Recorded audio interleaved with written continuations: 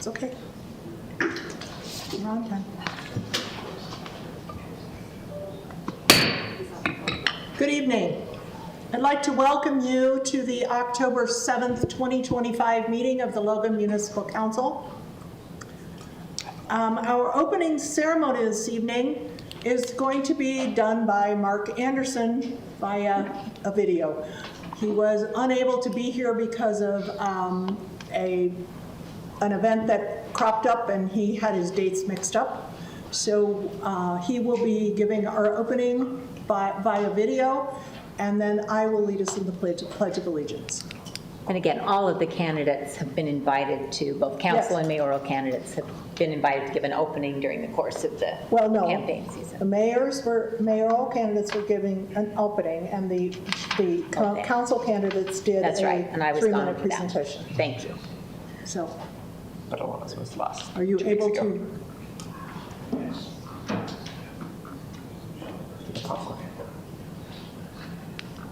Welcome to Center Street. I'm a really big Yankees fan. I've been a fan since they won the World Series a couple times in the late 1970s. But this weekend was the worst. They lost 2 games to the Toronto Blue Jays. And one thing worse than losing to the Blue Jays is losing to the Red Sox. But a few weeks ago, our own Rich Anderson nearly won the Logan Golf Country Club Course Championship, but ultimately lost in the very last round. You might feel like it's a loss, but from my perspective, it was a huge accomplishment, and Rich, you are a winner. I want you all to recognize that most of the time, we see not winning as a loss. Our competitive nature and our culture forces us to see every single conflict, every competition as a zero-sum game. There's always a winner and a loser, and the winner takes all. In politics today, that is what many of our leaders profess. It's why our government cannot even agree on a budget at our expense so they can win. Many of our current leaders would have you believe that winning is the only way to do something. The only goal is to win at all costs. Many of them hold up the Constitution, the greatest document ever written by mankind, fully inspired by God. However, they're unwilling to recognize the amount of collaboration and compromise it took to craft it. I too believe in godly inspiration. However, I love the quote from Willy Wonka. The invention is 93% perspiration, 6% electricity, 4% evaporation, and 2% butterscotch ripple. That is exactly what inspiration is made of too, even if it adds up to 105%. Please understand that the Constitution took the Founding Fathers 4 months to write and agree upon, and 3 still didn't agree. It took 3 more years for the Bill of Rights to be added as amendments. The Constitution is a prime example of what amazing things can be accomplished with collaboration and compromise. Do you believe there was passion, argument, heated words during the crafting of the Constitution? You better believe it. Do you believe there were moments of thoughtful contemplation, inspiration, kindness, effective listening, and empathy during that same time? I can guarantee it. Politics in our country right now are a zero-sum game. It does not have to be that way. It can and should be framed so that all parties involved come away with a win. Each side's win may not be the same size. Some may be great while others are just good. But why can't our local politics be conducted so that everyone involved comes away with a positive outcome? I think it can. Let's work together, collaborate, to find opportunities where all parties can get something good.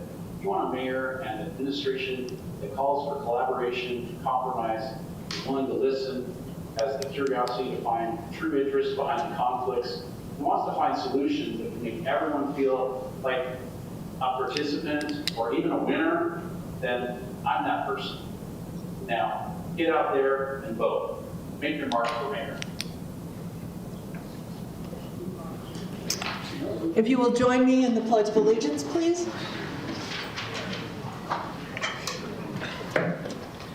I pledge allegiance to the flag of the United States of America and to the republic for which it stands, one nation under God, indivisible, with liberty and justice for all.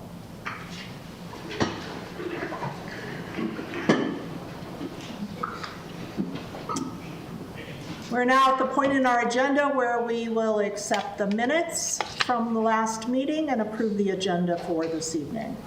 And I would ask for one small change. And that would be that I have an opportunity right before questions and comments to make a statement. I would move acceptance of the minutes and of tonight's agenda with that change. I'll second that. Since we have a member of our council online, we will do roll call votes this evening. So Mike? Aye. Amy? Aye. Mark? Aye. Jeannie, aye. Thank you. Our 2025 regular meeting schedule is the first and third Tuesdays at 5:30 in this room. You are always welcome to come at 5:30. I wanted to take a moment to talk about the Mayor Brent and Jenny Taylor Service Award. The late Mayor Brent Taylor of North Ogden gave a life of service to his community before he was tragically killed in November 2018 while serving a second tour to Afghanistan with the Utah Army National Guard. Major Taylor had just been reelected to a second term as mayor when he accepted his deployment. Brent Taylor practiced what he preached: service above self. That's my phone. Oh, sorry, I turned it off. Oh, darn it. Sorry, I turned it off. I did. I got you. Thanks. I am technologically incompetent. I'm sorry. Brent Taylor practiced what he preached: service above self. Whether as mayor of North Ogden or major in the Utah National Guard, he dedicated his life to serving his community and his country. His wife, Jenny, and their 7 children continue his legacy through activity in civic, faith, and community groups. Brent served on the Utah League of Cities and Towns Board of Directors prior to his final deployment to Afghanistan. He helped modernize the organization's structure and set the league on a new path to more thoroughly address the needs of Utah's municipalities with transparency, accountability, and focus. Utah League of Cities and Towns created this award to honor Taylor's tremendous sacrifice and dedication to service. Jenny was the final president of the Utah League's auxiliary and a frequent attendee at the Utah League conferences. She works tirelessly, continuing a legacy established with her husband to honor country and community through service. And I read all of this because of the following. Mayor Holly Daines has gone above and beyond as the mayor of Logan City. Her dedication to our community has been evident in numerous initiatives, particularly her support and vision for the Center Street and Plaza projects, which have significantly revitalized our downtown. Her forward-thinking approach and willingness to embrace new ideas have greatly improved our community and enhanced the services we provide for our citizens. Beyond her commitment to the community, she genuinely cares for city employees, and it has not gone unnoticed. Her frequent acknowledgement that, quote, the city's greatest assets are its employees has fostered a positive working environment and earned immense respect and trust among staff. Under her leadership, there is a sense of pride among citizens and accomplishment among her employees. Mayor Daines, we would all like to thank you for your support and dedication to Logan City. You genuinely deserve that award, and I hope that everyone would agree that she has been an amazing mayor, and this is a tremendous honor for Logan City. So thank you.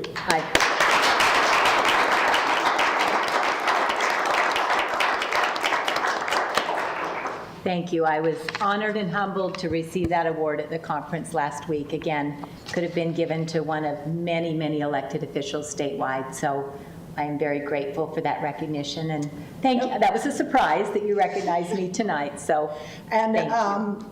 Just part of that, we read about the employees. Almost all of her senior staff were there for the award ceremony. So they came down to Salt Lake for that. So it was pretty nice. We'll move now to our question and comment for the mayor and council. Any person who wishes to make a comment on anything that is not otherwise on the agenda, please come forward, state your name, where you live, and take 3 minutes or less. And make sure you sign in. And make sure you sign in. Okay, and make sure you sign in. Sorry. Hi, I'm Gail Hansen and I live in Logan. And technology is a blessing and a curse. It's a curse, so bad. I was pleased to see that Councilmember Anderson is able to attend with technology, even though he has a conflict. It is interesting that in the form provided within the last 2 weeks for candidates, that one of the mayoral candidates was unable to attend because she was self-isolating because she had COVID. And although she offered to attend and take part over a technology assist, that was not allowed. And I'm pretty disappointed. Well, we didn't organize that, I know. so. It's just, I think that any time that we can foster participation, we should. And let me remind you, may I remind them, that on the back of your agenda, there's a little blue italic thing about how to participate. We don't applaud, we don't cheer, we don't boo, because it may make the opposing people feel like their voices can't be heard. Thank you. Thank you, Gail. Thank you, Gail.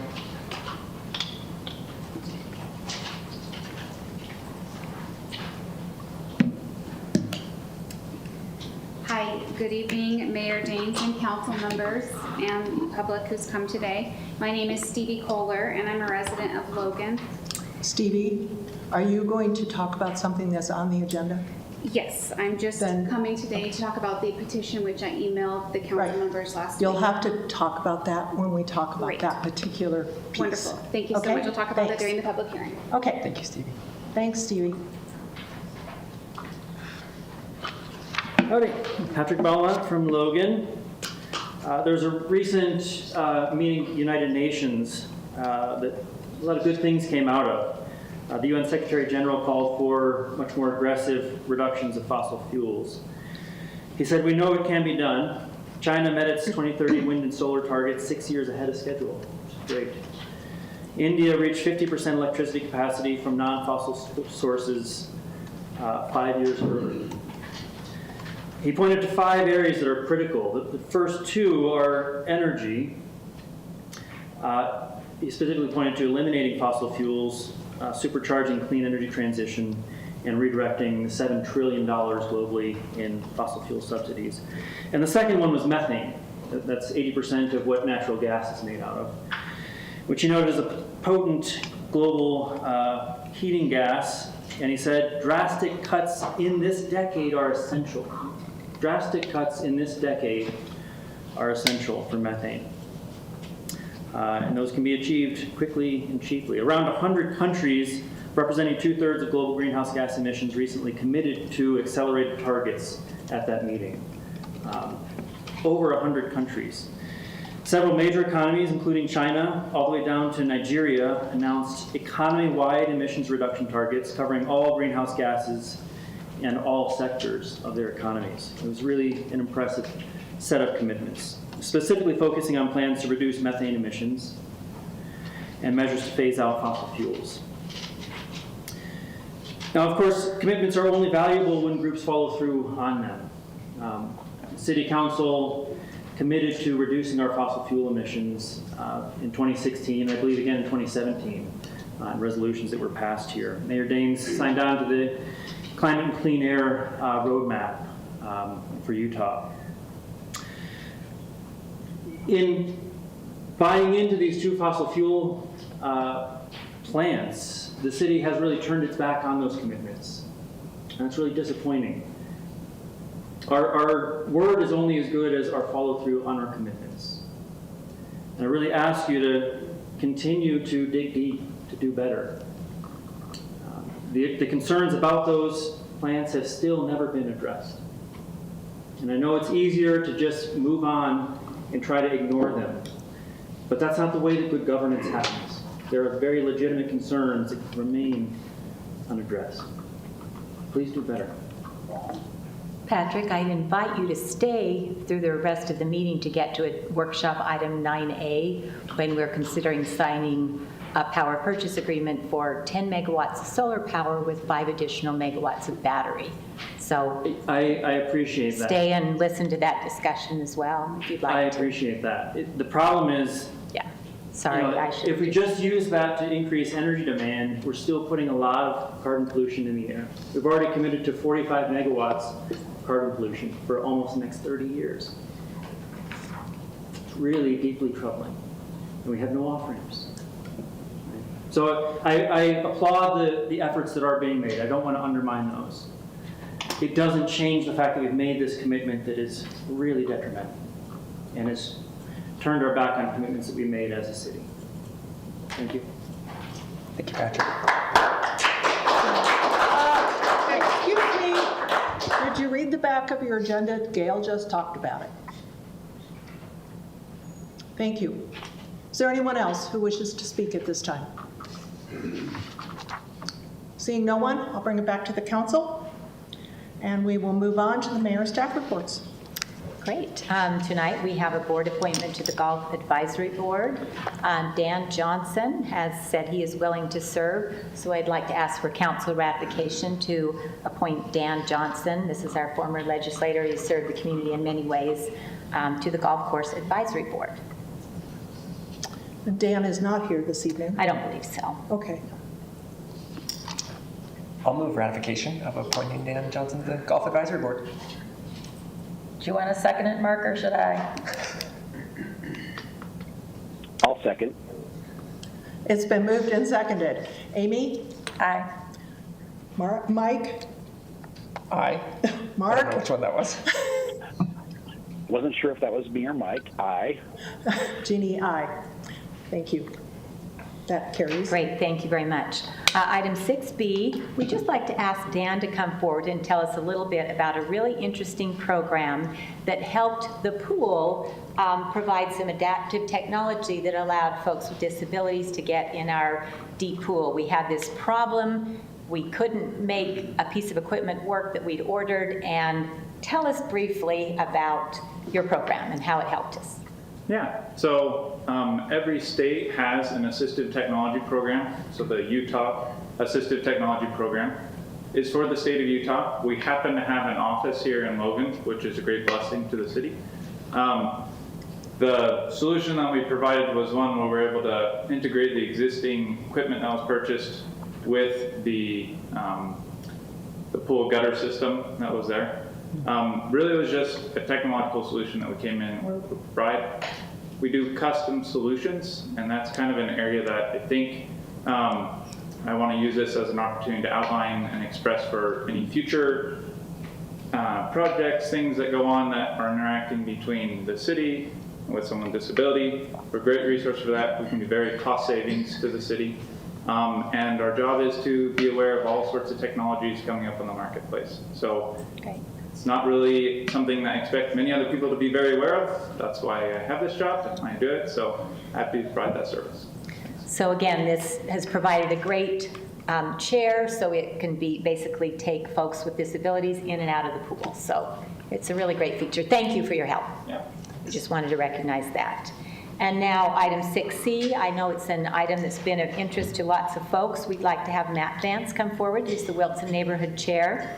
As I think you all know, he and his company have expertise in running surveys, and so we have a report on the Canyon Road Public Opinion Survey. Again, we'll use that as one data point in many things we're considering to determine what the final kind of alignment layout for Canyon Road will be. But we appreciate, and again, we have not heard this in advance. He's done this independently. So we're hearing the information along with you. First time? Yeah. we appreciate, again, his work on this.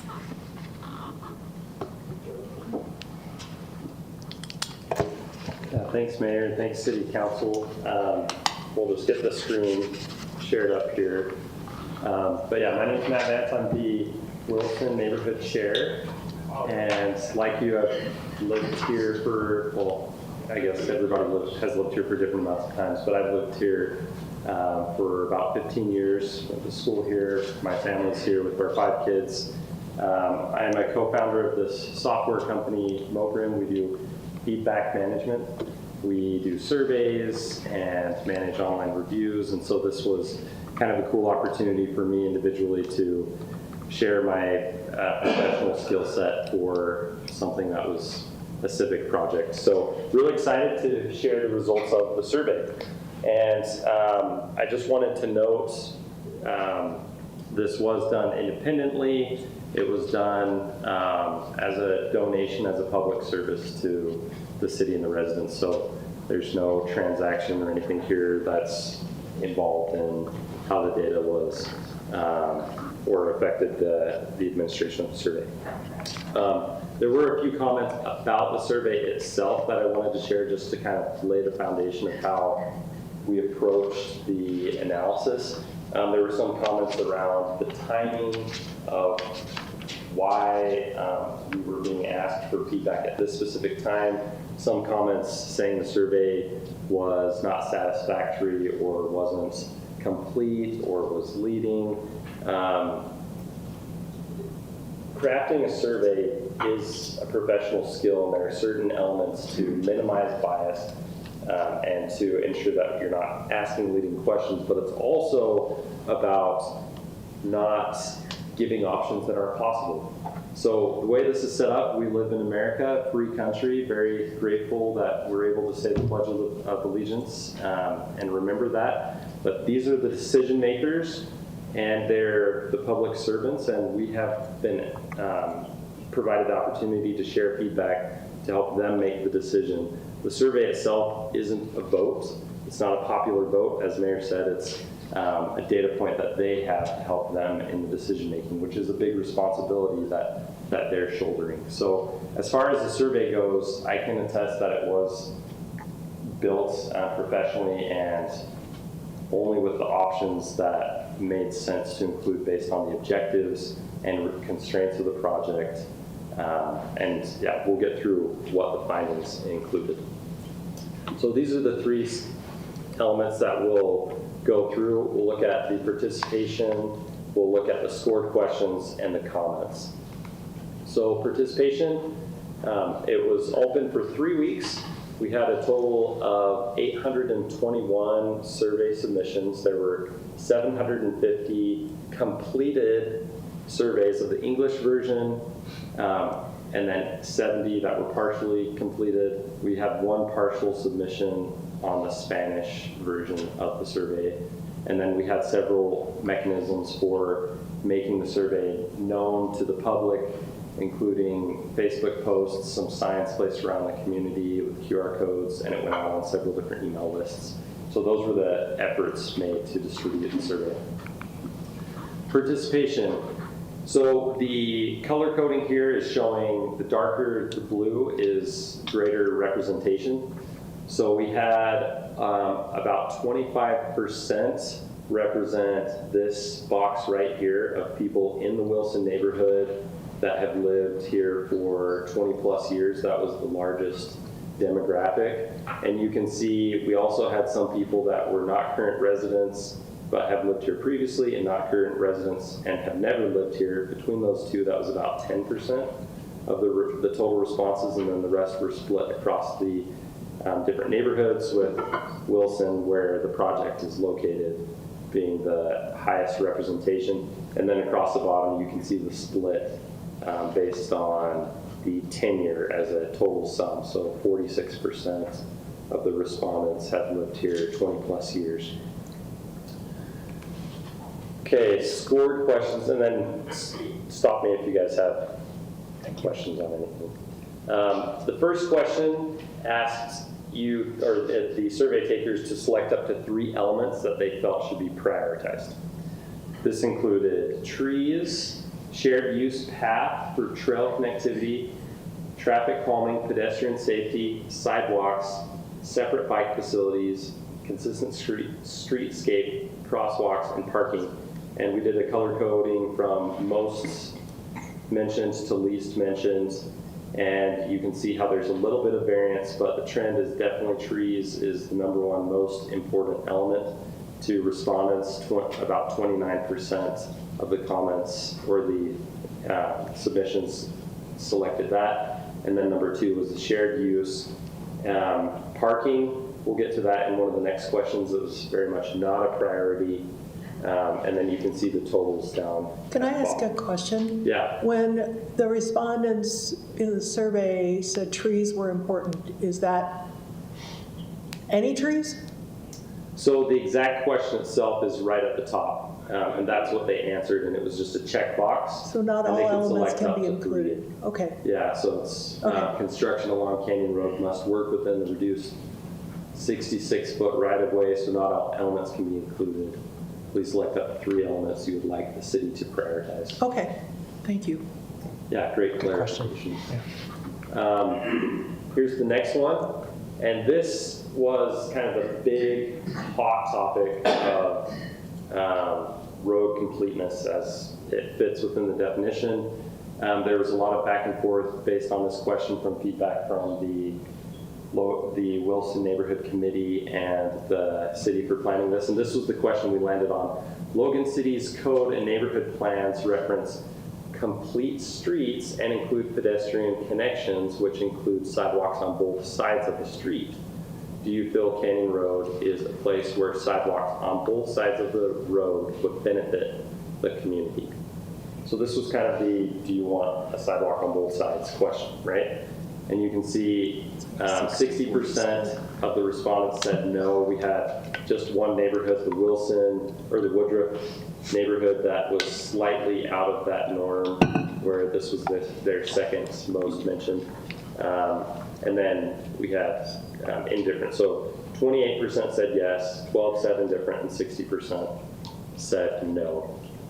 And then there were a few comments here. Right there. Is it helpful if I read these as we go? I've got a few on each. Or should we just let it be? Sure, read them, that's fine. A walking path on the north side of Canyon Road would give a great opportunity for long, continuous stretches without road crossings. Don't lose sight of the future potential because of short-term frustration. And then kind of showing the other side of opinions. This project is a disgrace to Logan community and is not wanted by residents. To mow down these historic trees that are a part of Logan's unique geography is a waste, and we will not see the new planted trees come to similar fruition in our lifetime, taking away the charm and allure of Logan by prioritizing projects no one wants or needs is ridiculous. So definitely had both sides very polarizing on that. And these comments came from the end of the survey, the open text, but I put them up on this slide because that's where they fit, and we'll look at some more comments as we go. The next question, which pedestrian path do you feel is best for the community on the north side of Canyon Road? And this was the one where we got the most comments about, this feels leading, there's no other options except 5 or 8. And I'll share a couple comments that kind of go outside of that. I can tell you from experience doing a lot of surveys, when you have comment boxes on every single question, it puts an immense burden for the team that's doing the analysis, and you typically see repeated themes. And so a more efficient way to conduct an analysis, especially when this is volunteer, is to have an open text at the end, and that's where you get the ability to share and capture those different sentiments. So there were a large majority that voted or that selected they prefer the 5-foot, and then there was a split between 8-foot asphalt and 8-foot concrete. So it's kind of interesting to note it was about 50-50 on the width of the path, but then there were actually some comments that said I would want one that's even wider, and I would want no sidewalk at all. So there was a little bit of variance in the open comments that went more extreme on both sides. So a couple comments. I don't want a sidewalk or park strip on the north side of Canyon Road. Please leave the beautiful trees and landscape that are already there. And then kind of on the other side, the path on Canyon Road should be 10-foot wide, a 10-foot wide path with dedicated connection to the boulevard. And we had multiple expressing kind of both sentiments. Okay, next one. At Canyon Road Park, the north side of Canyon Road at approximately 970 East, which sidewalk design do you prefer? A winding sidewalk through the park or a standard straight sidewalk along the road? That one was, there weren't a lot of passionate comments about this topic. I think it was just kind of a smaller element to the overall project, and you can see it's a little bit edging on the winding sidewalk side. Here was one comment specifically about sidewalk. If you choose winding sidewalk, check people will actually walk the curves. And I just copy pasted comments exactly as they appear. And not take shorter routes, skipping curves to get to the destination faster, or just because the curving is excessive, like north side of New Lundstrom Park sidewalk. Okay, next one, also about that park area at Canyon Road Park, north side of Canyon Road at approximately 960 East. Which parking option do you think would best serve the community? This one was much more extreme. 82% said 10 parking parallel spots as the lesser option. 18 voted or suggested they wanted the 20. And then there were quite a lot of comments around this topic. Let me go back. That essentially said they don't want parking at the park at all, or they want less than 10. So reading those, no designated parking needed has never been a problem and will never be a problem unless the city messes up the street. I do not think parking should be included in the plan. 10 parking spaces is too many. Reduce the number. I would like no new parking at the park. It meets the needs of the surrounding community by being a walking destination where we don't have to worry about bike, pedestrian, car interaction. So that one was more extreme on what was said on the one side. Okay, next question here. In addition to trees in the park strip, the space between the road and sidewalk, what types of landscaping would you most like to see? You can see native plants was the most mentioned. 43% of people indicated that they would prefer native plants. Xeriscaping was in number 2. And then you can see grass was, I guess, kind of boring, and that was at the bottom. And then there were a few comments in the other category, and I've got those right here. Of the 52 comments for this question, here's what was shared. Some specific opposition of the project, which wasn't what was asked, but it was brought up in some of those comments. Mentions around leaving existing trees, leaving it how it is, waste of money, waste of resources, and then some other mentions around landscaping preferences, water maintenance, infrastructure, and then some specific quotes, comments. Homeowners' preference to the above, nothing new, it's perfect the way it is. Quit wasting water, love the all caps, that's always fun to read when you're going through a survey.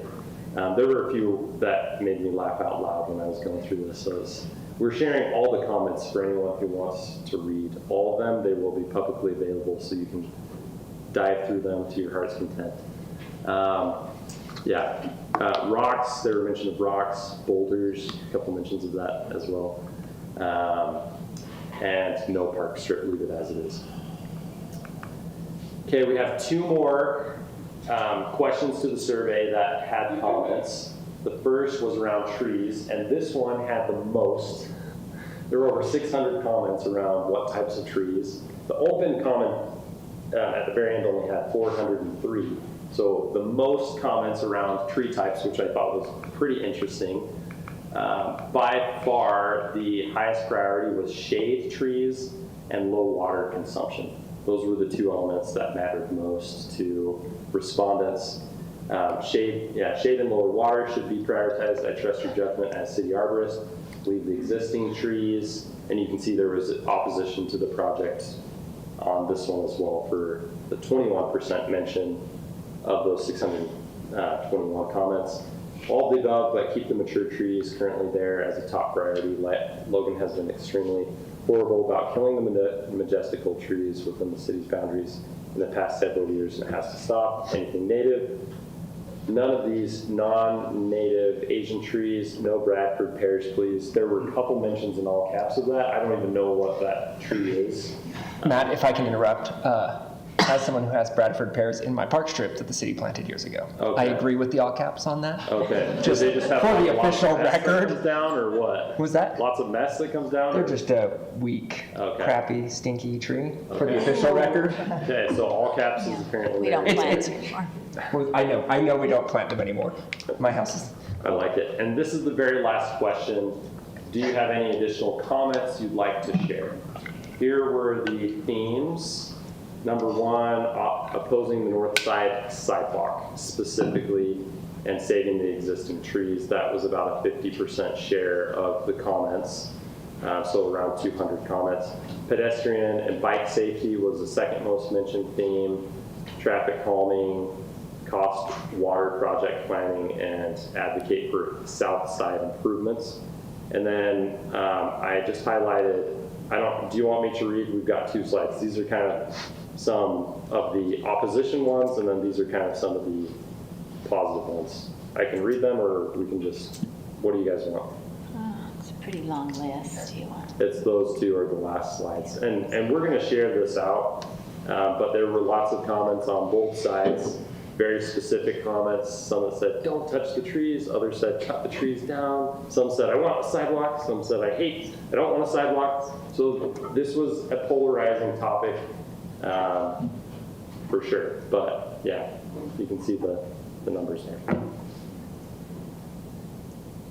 You guys want me to just You don't have to read them all. Can Leave you- them up for just a moment more. Yeah, but I'd like him to go to the next slide as Okay. well, so people can read them. Yeah, leave it I'll here just for a leave moment. this there for just a minute, and we can go to the next one here. I can share just a couple other thoughts I had with going through this.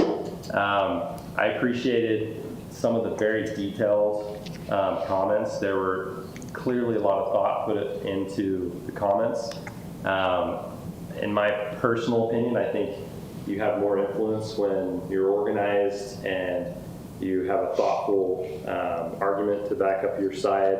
The all caps, kind of aggressive language in some of them kind of gets discredited from my perspective as a professional going through the analysis. But as far as the numbers, this was fully inclusive of all the voices that were shared in the survey.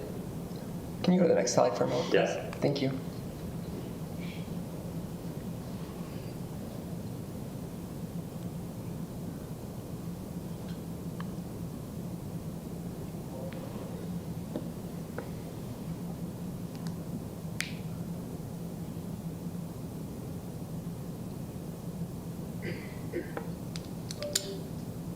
Also, it was fully anonymous, other than if you put your name in the comment, which a few people did. And I'll tag a couple to the city council where there were a couple that listed their name and their address and wanted a follow-up conversation about their property.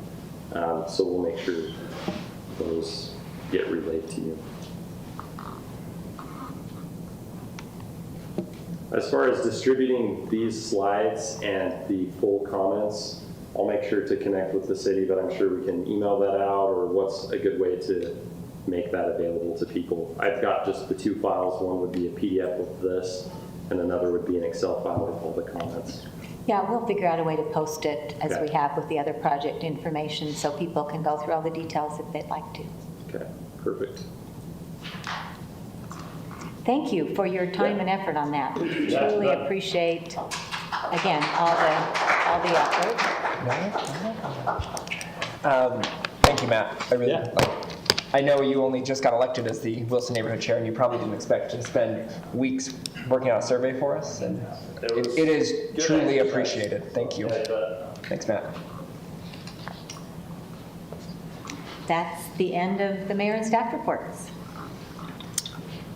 All right, we'll move now to council business. I give a planning commission update. The last meeting of the planning commission, they began the process of an amendment to the plan development overlay for the Cache Valley Marketplace, which is where the mall was. That will come to us for discussion and a vote.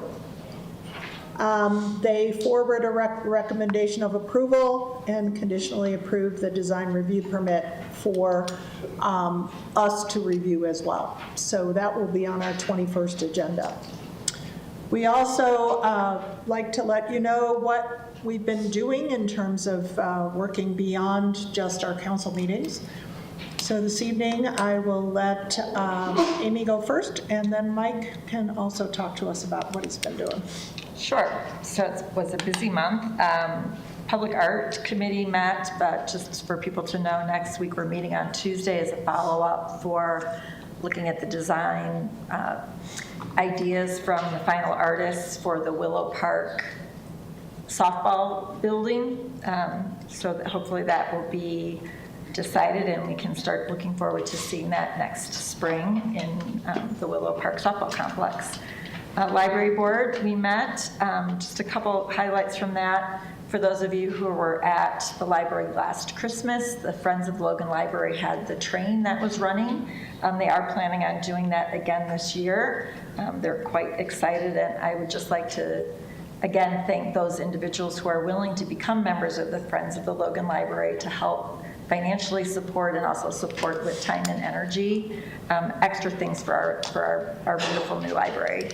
A reminder there too that the makerspace is up and running, and if you haven't been there to look at it or even looked online to see what's included in the makerspace, I think you should. There are lots of things there that are open to the public to use, including things like sewing machines and cutting machines that you can use for graphics and things like that. So the makerspace is open to everybody of all ages, even though it's right outside the teen space, but there are amazing resources there for people who are looking for either their own personal projects or maybe learning a new skill set. So go check out the makerspace. Also, new software is up and running now for reserving library space. So if you have a meeting that you'd like to run, if you're a nonprofit, you can go there and do that. There is a fee for individuals that are not nonprofits for using library spaces. Parks and Rec, we had the preliminary information on the survey that was done at the county level. Shared out with just what they're originally thinking. They're kind of looking at that in conjunction with the survey that was done on the south end of the valley. I'm not sure the timing of when that is actually like the next phase and when that's going to become public, but just a reminder that that is a survey that was put out by the county. Logan City actually volunteered to help with the funding of that, and the county came back and they did that on their own. For those of you who head out west, the Bridger Park area is closed. The bridge for that is going to be installed shortly. Trapper Park. Trapper Park, I'm sorry, not Bridger, Trapper Park. Sorry. I'm anxious to see how they get this, what is it, 120 feet, Russ? Like, yeah, down that road and up and over and onto the river. So it could be an engineering marvel for those of you who are interested in seeing that. I know I am. Also, the trail on the east side of the trailer park and that path that leads out to Trapper is completed, I think now. It's almost 100% completed.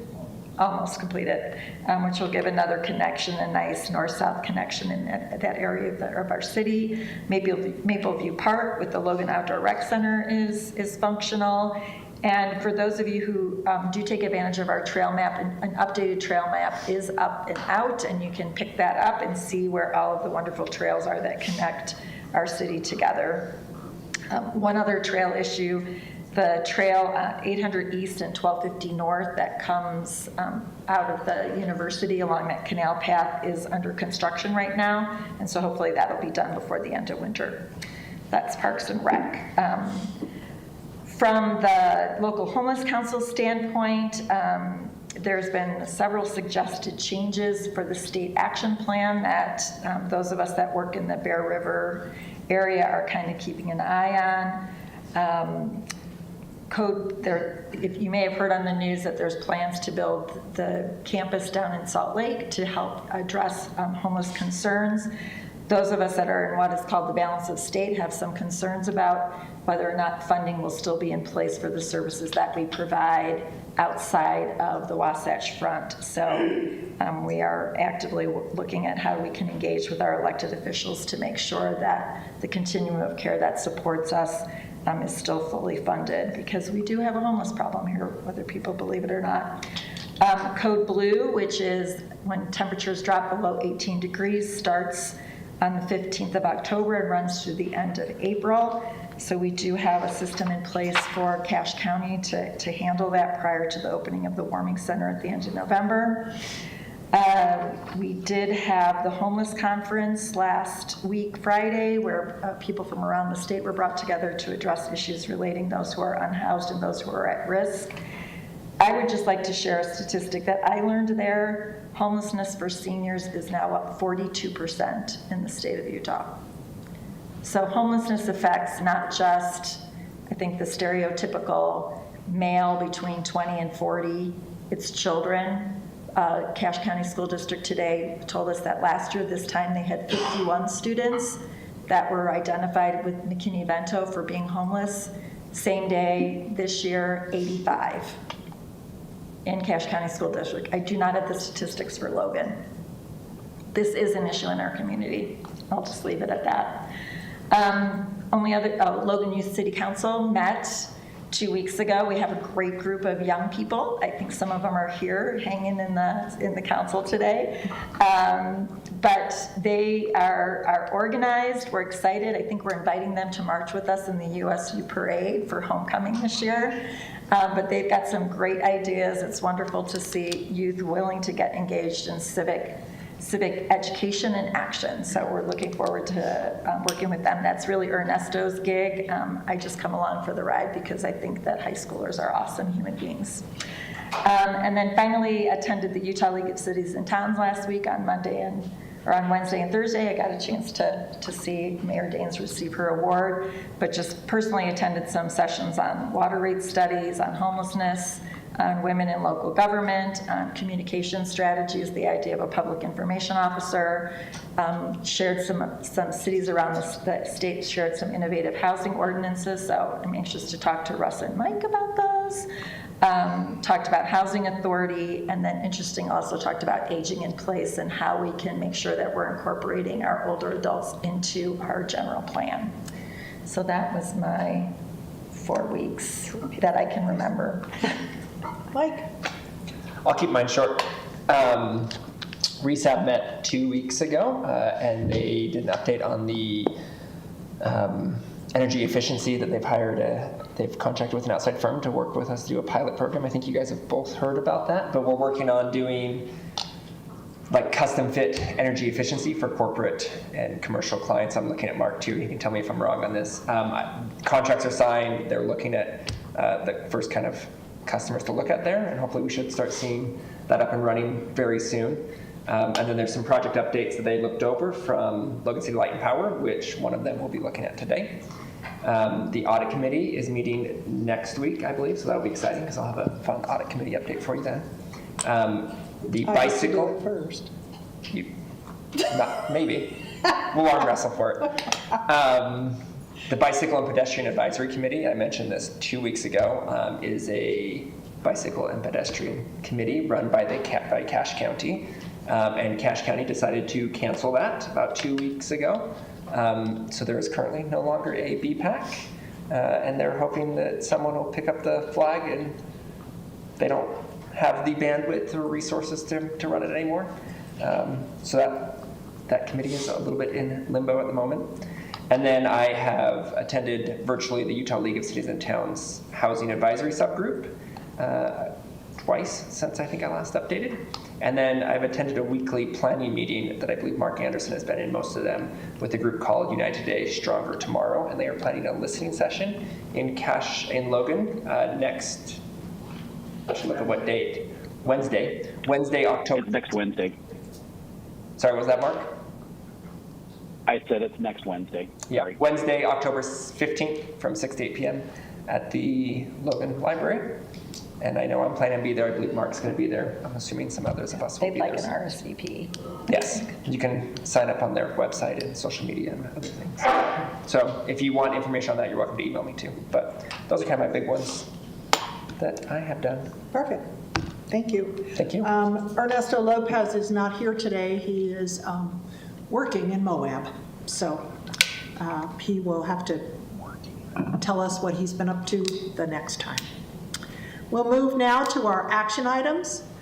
Our first action item this evening is a continuation from September 16th, and it is a public hearing on the Plan Development Overlay Zone for the Willow Lakes Holdings LLC.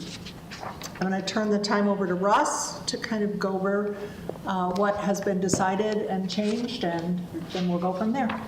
Thank you, Madam Chair. So I've reported on this twice prior. I will try to be brief tonight, but I need to bring everyone up to speed and let us know where we're at. This is a proposal from Willow Lakes.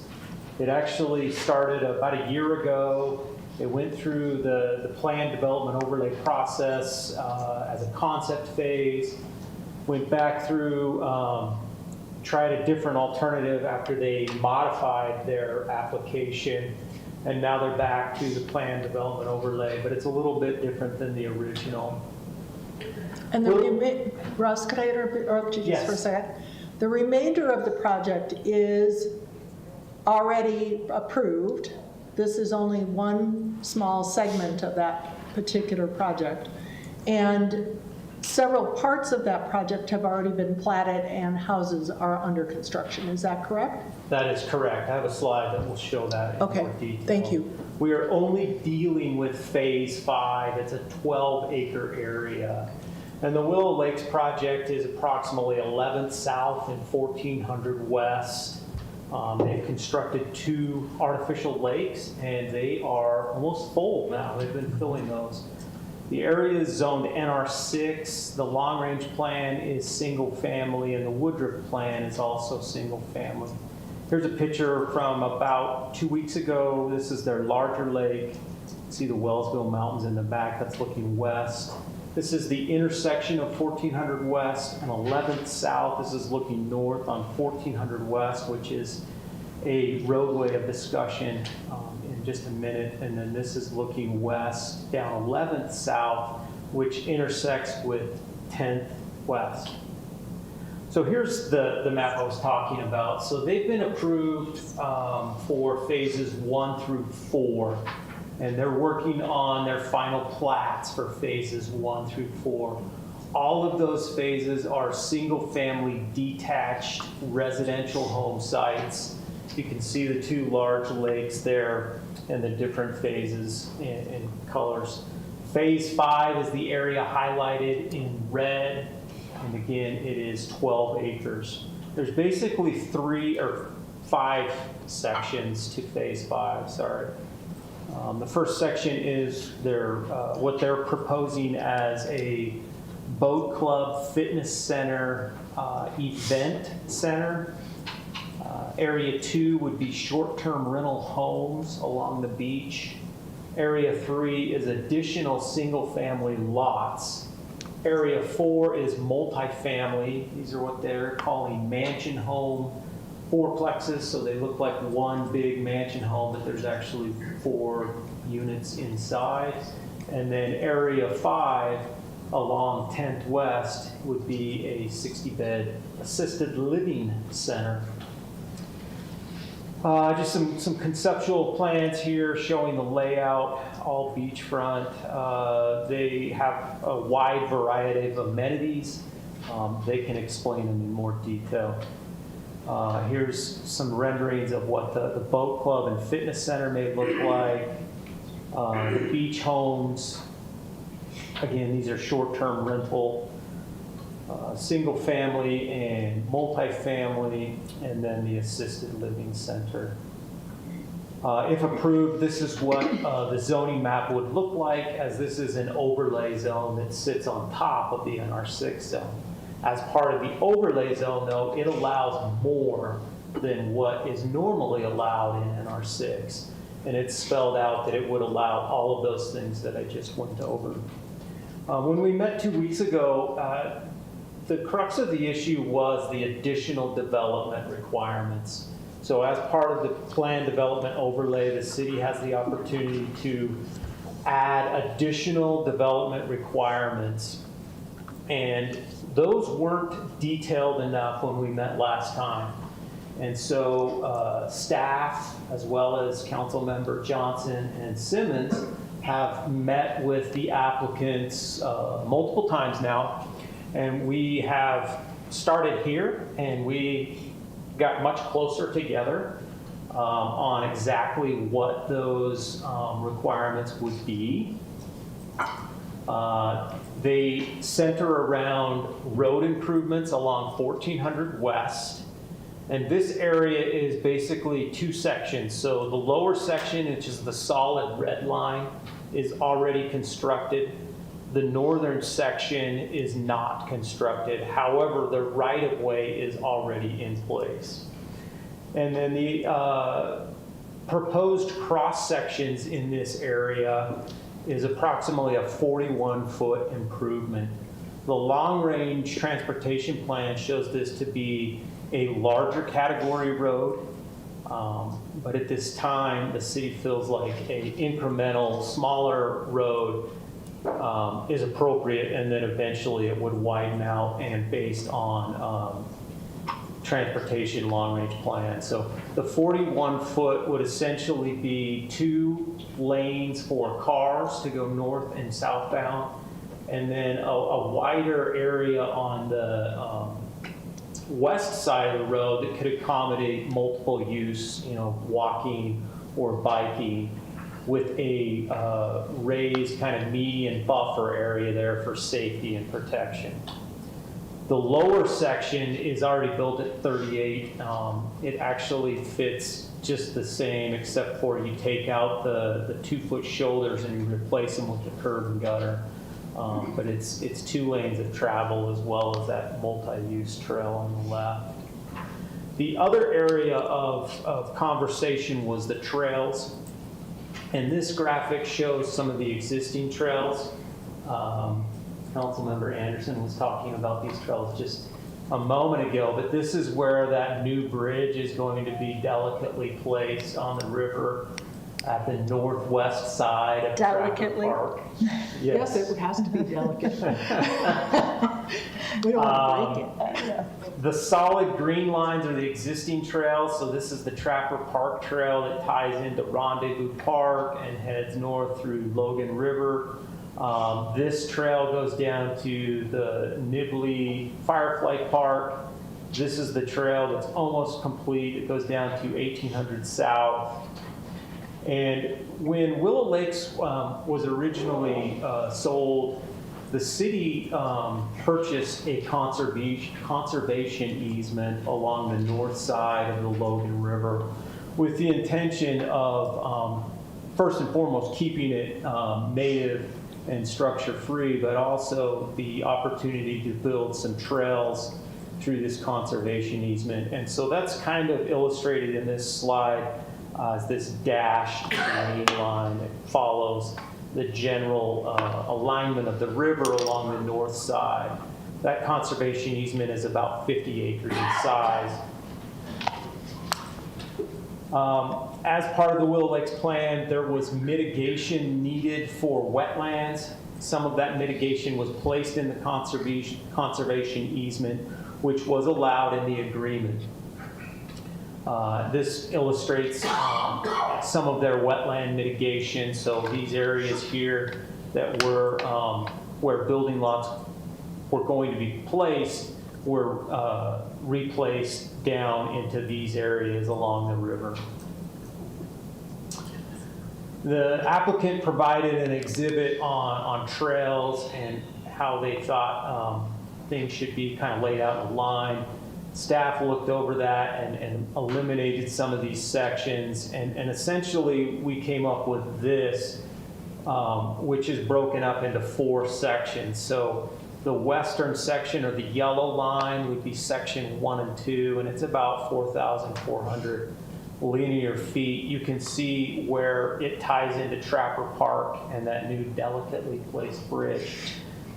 It also has 2 tieback areas to the Willow Lake so that folks can access the trail. These are public streets through Willow Lakes, and so one could, walk down a sidewalk and then access a trail. The orange section is section 3 and 4.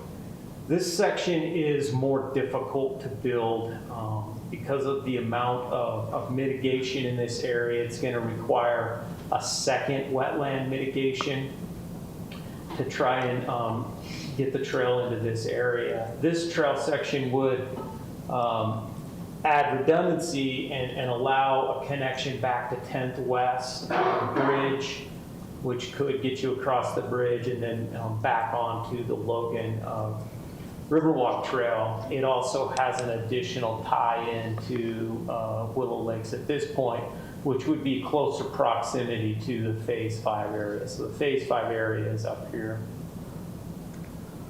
Again, those negotiations got really close, but we didn't quite come to an agreement.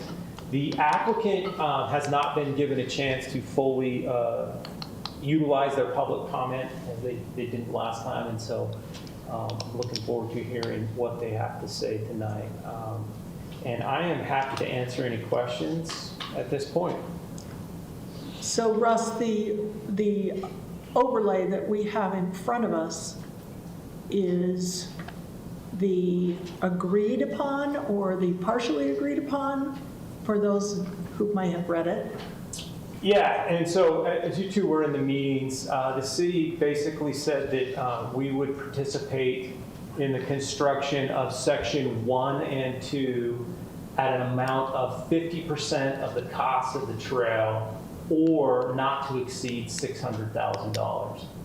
And that trail would be built prior to the certificate of occupancy of the fitness center in Phase 5. And that would be built by the developer?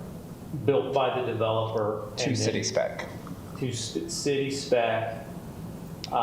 They counter-offered that, and that's where we ended the meeting. And the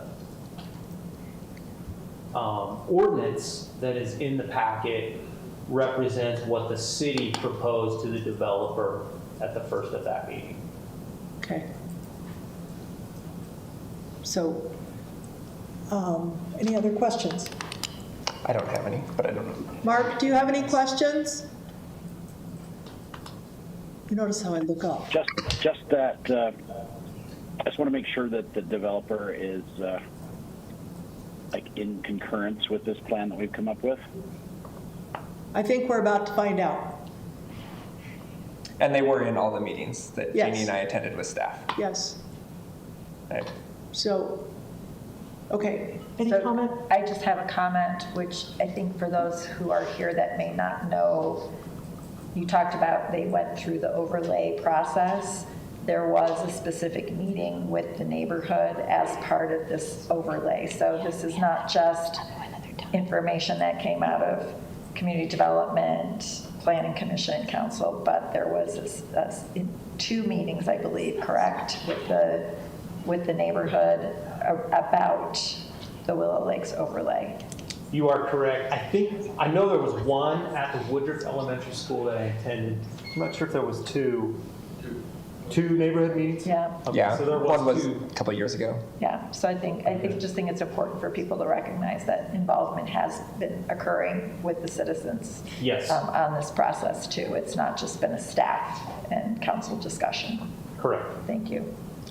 So I'm going to change the order just a little bit. Normally, I just say anyone who would like to speak to this, but I'm going to give the developers the opportunity to speak. And I will give them each 3 minutes, so if one of them wants to take longer, they can. Drew the short straw. All right, Brett Nelson, I'm with the Willow Lakes Development. It might be helpful, I'm going to take all 6 minutes, I think. It might be helpful if Before discussing maybe the last couple points of the trails, if I discuss kind of the history of what we've done in addition to this Phase 5, that gives a better indication of how much we've actually participated in this river area as a whole. A lot of people aren't aware the history of the conservation easement that the city purchased was originally supposed to cost about $1.45 million. It was pared back from 72 acres to 47 acres, mostly eliminating, if you see the large green area on the right, mostly eliminating that area.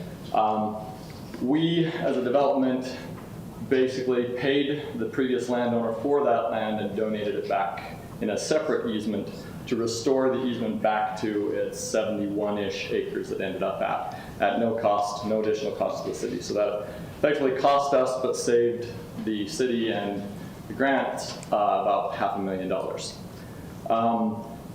There's a large river restoration project going on because that section of the river is in such disrepair. That's basically restoring the entirety of that stretch of river from the right to the left, to the top left. That basically works on some grant money, but somebody has to pony up the cash to be matched in the grant. And the city's participating a little bit, and the canal company's participating a little bit, but we are providing the lion's share of the funding for that. It was supposed to be $600,000. We just got hit with a change order that's taking it up to about $675,000 for us. So we donated another $675,000 to restore that stretch of river. That's in addition to the other mitigation stuff that we were required to do because the two things can't overlap. When we first started proposing this, we are trying to seek access for non-owners in the community to have access to the fitness club, the boat club, using the lakes through the regulated fashion where we can control, how many people are using them. That requires a commercial endeavor. That's why we proposed the fitness club, the boat club, and everything to be more of a commercial endeavor. Otherwise, it will just be lot owners that can have access to it. In negotiating that, the city asked if we could accommodate the traffic by adding that section of roadway to the north. Councilman Johnson asked if we could focus on bike paths and things like that. We had had some previous discussions with the city about also being willing, before the project even started, to participate in trails along the river as well, before we had committed to $600,000 in river restoration. So we want to act in good faith and fairness of saying we did offer to help participate in trails too. When we negotiated with, or discussed originally with Councilman Johnson, we talked about prioritizing 1400 West, bike lanes specifically, or multi-use trails specifically, as well as what's being seen here as Section 2 of the river trail as the focus. That's what was in budget. The city is offering to participate, which we're grateful for, to expand the trail. I think that's a good collaboration.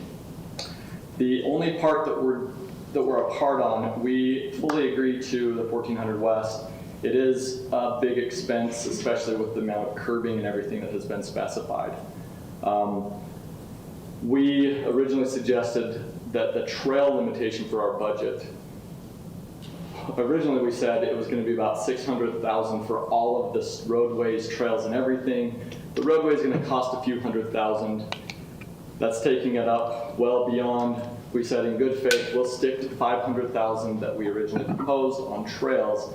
That's taking us up into the $800,000 or $900,000 range, in addition to the $675,000 that we now are for river restoration and the cost of securing and donating the rest of that land. So where we are now is that we had requested in the meeting but needed an answer back on, is that we are stretched too thin now.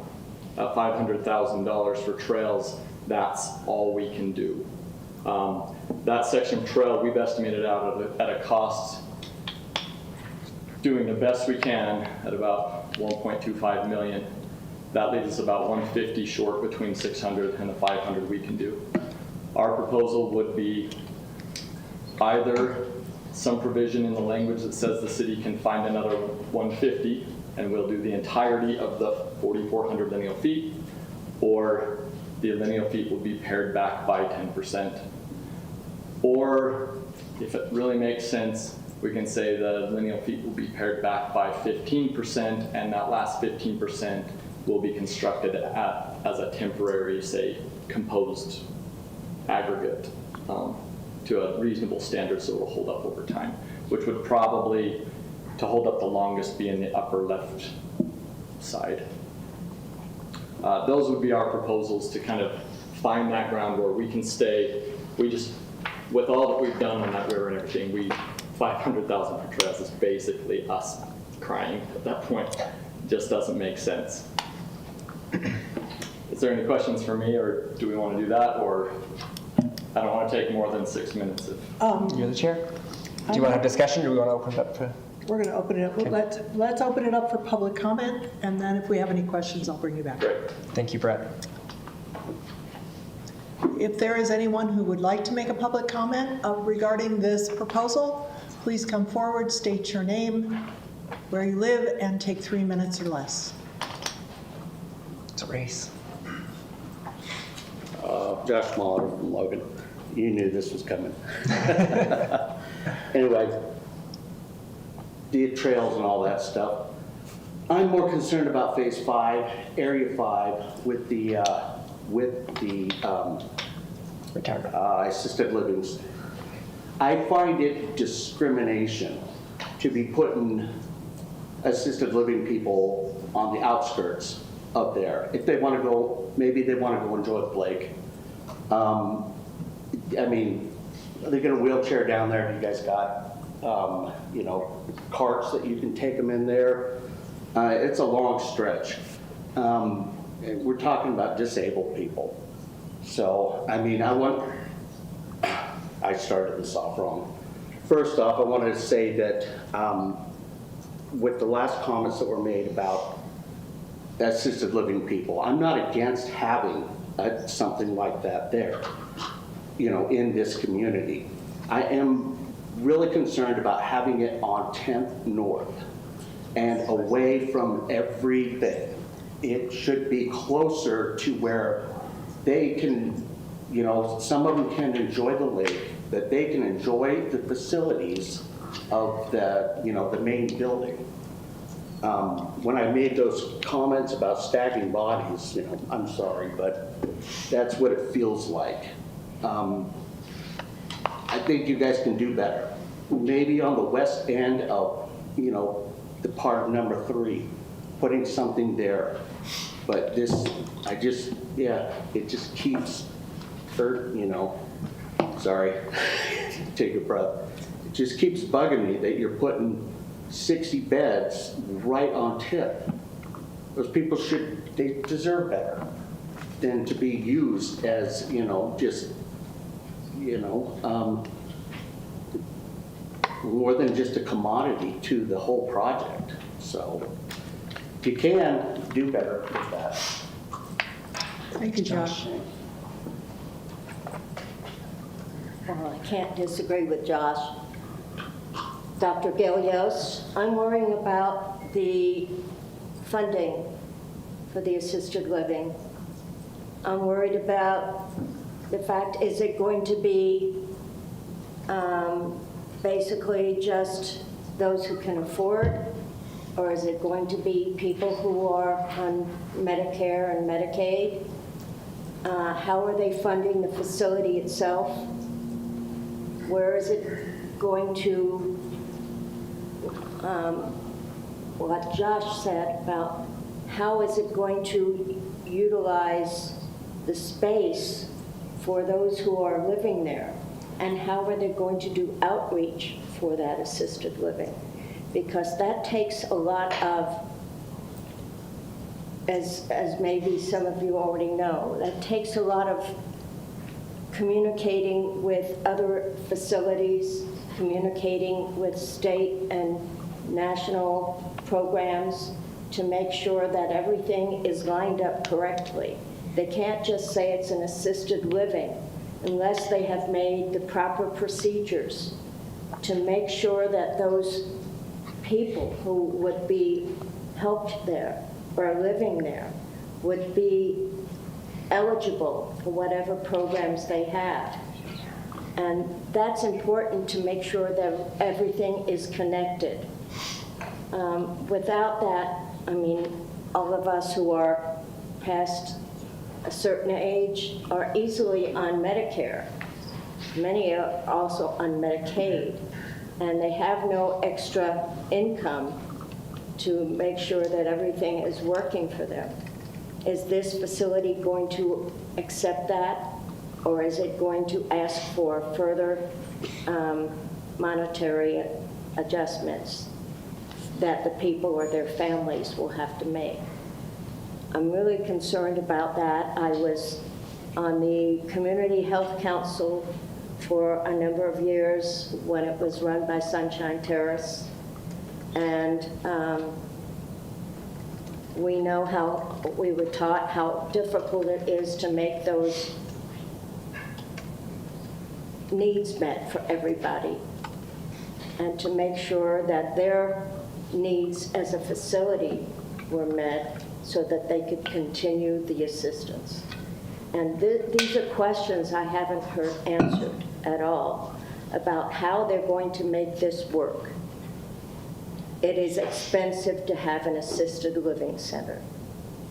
And unless they have a way of keeping it afloat without making the people there, it can be a real major problem. Thank you. Thank you, Gail. So I just want to take a minute to say that we're approving concepts today. So they have identified an assisted living center and that location. They will have to come before Planning Commission, tell me if I'm wrong, to when they decide, when it's time for them to build that facility. And when they are ready to build the facility, I know that one of the members of their team has dealt with a lot of assisted living over time and is pretty well versed in the legal and regulatory environment for setting up an assisted living center. So I would think that they have done their homework and they know that it would be appropriate in their development. And when they get ready to build it, it will come to Planning Commission for further review and approval. So. Thank you, Jean. Mary DeSilva, and I'm Logan. And I just wanted to echo what Gail and Josh said about the assisted living. I did not know there was going to be an assisted living as part of this. And to answer your question, I don't know, but I'm guessing that this will be a private pay for people who have money. There's nothing in all this whole development that is for people who don't have means. I don't see it. The thing about Josh saying that how will the disabled and mobility challenged people be able to enjoy the lake? Well, it'll be hard. I just took my folks who you all know are quite mobility challenged, and they can barely walk a couple of blocks. I have some concern. I would like more information about this assisted living, and is it going to be open only for people who really have means to live there? Medicaid does not pay for assisted living, unfortunately. So yeah, we are looking at a project for people who are wealthy, not for the general population in Logan. Thank you. Thank you.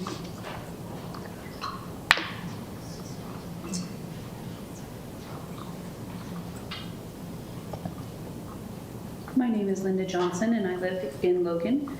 And I frankly love this plan and the additions that they have made to it. I feel like they have shown very good faith in, essentially, to my understanding, Logan City is saying, we will approve this if you give us all of this stuff. And it sounds like to the tune of $500,000 extra dollars, they're looking for approval for this, which I think is already a fantastic plan where they've included public access to these private lakes and community involvement. I think that any retirement facility that has a view of water will be a step up from a retirement facility that is just in a city block. And I understand fully that they will probably sell it to a place that will be a private institution and that people will pay for assisted living. I think that that is kind of how capitalism works, and I may not be able to afford it, but I think that they totally have the right to do that, and that they've come up with a good plan for it, and that they are willing to put in many public improvements and access points and contribute their own money and be they'll actually build the road and build the trails, which means that Logan City then doesn't have to shop around for contractors to actually do the work. So I would advocate that Logan accept the plan and help work with them, understanding that they're a business with financial constraints, just like Logan City has financial constraints. And this is a back and forth, which it sounds like you guys have done a really good faith job. So thank you, Logan City Council, and thank you, good responsible developers. And I look forward to someday walking along whatever trails are able to be built, even if it takes a decade to build that phase 3 and 4 because of the mitigation. I hope not. Well, I'm just saying, right? Like the money does have to come from somewhere. And I can see how phase 1 and 2, the trail actually benefits them and being able to sell those plots, because people who are paying a premium want to see more access to that beautiful Trapper Bridge that they're putting in and things like that. So I think that this sounds like a good faith plan, and excited to see how they carry it out. Thank you, Linda. Is there anyone else who wishes to speak to this? So, Patrick Belmont from Logan. I appreciate that we're trying to build some different types of housing here, and some multifamily housing, which we need a lot more of in Logan, I think. And I appreciate the good faith commitment to building trails. We need certainly more trails in the city. When I look at the lakes, though, I've seen a lot of projects like this that become very difficult to manage from a water quality standpoint. You look at Ochre Lake, and it's got so many invasives, it's got nutrient problems, it's incredibly expensive to maintain in the long term. It's a very unnatural lake that we're proposing to build. And there are ways to maintain those things, but it's costly. And so my question then, I guess 2 questions. One is, does Willow Lakes have access to culinary water to fill these and to, change the water if and when it gets nasty? And who's going to pay the cost of that? Presumably all Logan residents. I can answer that really fast, Patrick. Okay. No, they have water rights. They have well water rights. They don't have access to culinary water. I mean, they have access to culinary water, but they also have water rights, and that is how they're right. But they're filling them with their culinary water. No. But I think it's sorry, not their culinary water. There. Jeez. But I think it's fair to say that they do have access to culinary water out there. But they're not filling the lakes with them. They're using their water shares. Yeah, because culinary water going to the houses. I know. But no, they're using their water right, their well water right to fill the lakes. Okay, they have access to it if they needed to use culinary water, though, for the lakes? I mean, they have culinary pipes out there. Okay. It'd be really expensive.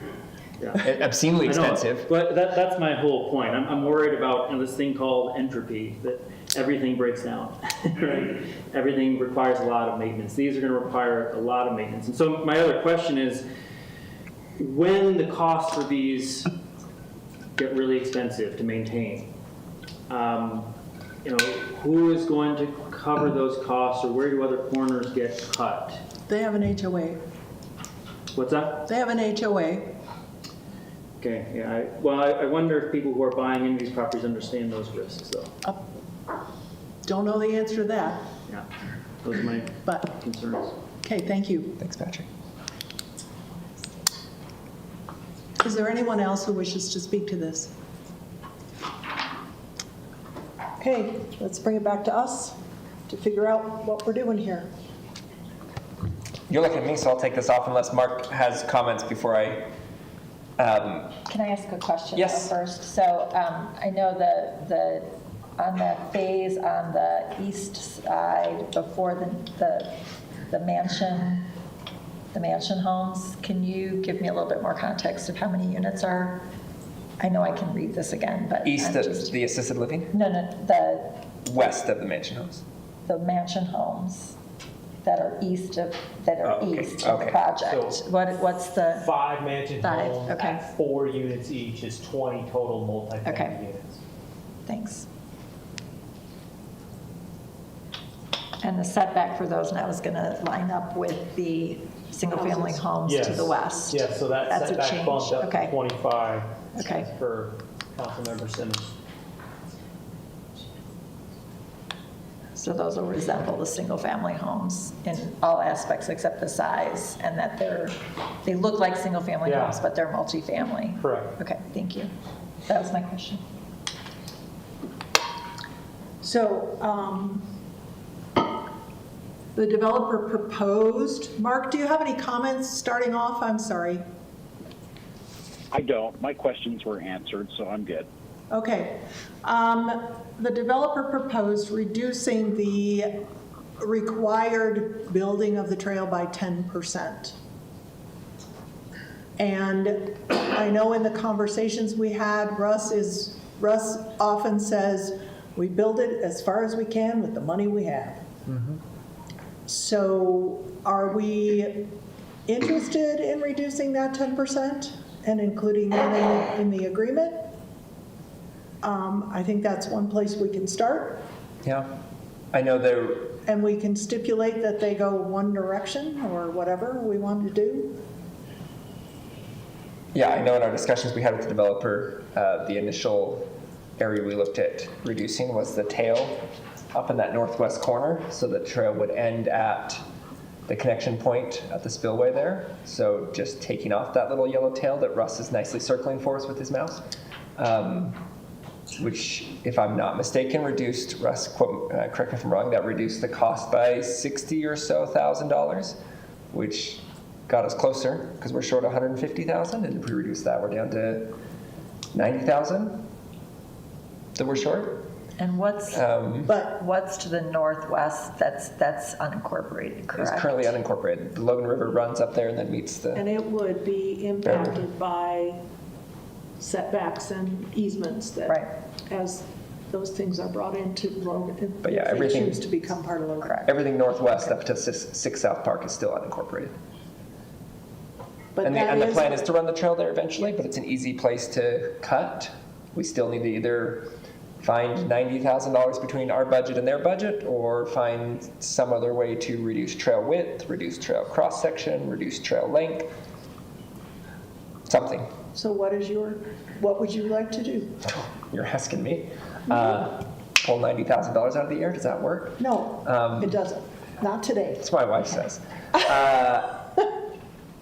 Well, it seems it would make sense to terminate it at the access point into the development because does. it's a path going nowhere anyway after to the north of that. For the time being, it is. In terms of reducing the total linear feet. But that only reduces the total linear feet by what? $60,000 worth? But how many feet is that? I don't know. How many feet was that tail? Do you remember? 175 feet. 175. And if we were to reduce 10%, you're looking at 440 feet.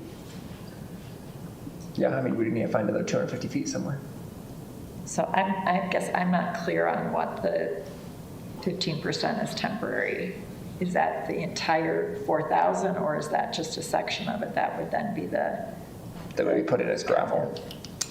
The 4,400 is a cost estimate of 1.25 million. For the concrete? Yeah, the city is Well, proposing it's- 600,000. Some of it's raised and some of it's concrete. Yeah, Okay. boardwalk and areas It's that a were. combination of paved and boardwalk. City's proposing 600, the applicant's at 500, so that puts us at 1.1, which is $150,000 shy. And we can get. It could 60 be by- worded in a way that it's just, it's a $1.1 million job and we get as much trail as we get out of it. and it's terminated at that point. It's likely going to be up in this area where we're talking about. Right. And I mean, for Mark and Amy's perspective, Jeannie and I met with them twice with staff and the developer, and both meetings ended up with basically Parks and Rec doesn't feel like they have the budget now to fill the gap, nor does the developer feel like they have the budget to fill that gap. And it may take us 3 years to come up with the amount that we have That we are pledged. currently pledged, As yeah. long as we can work in that. So, But I would like to put a number to the linear feet, just so that we know how much trail is actually going to get built.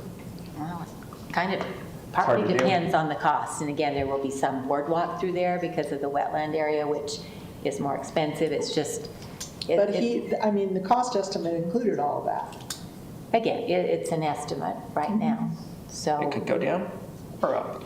again, and we think the developers building the trail, they can often do it less expensively than the city. But Mark, did you have something to say? Yeah, I was going to say, can I chip in for a minute?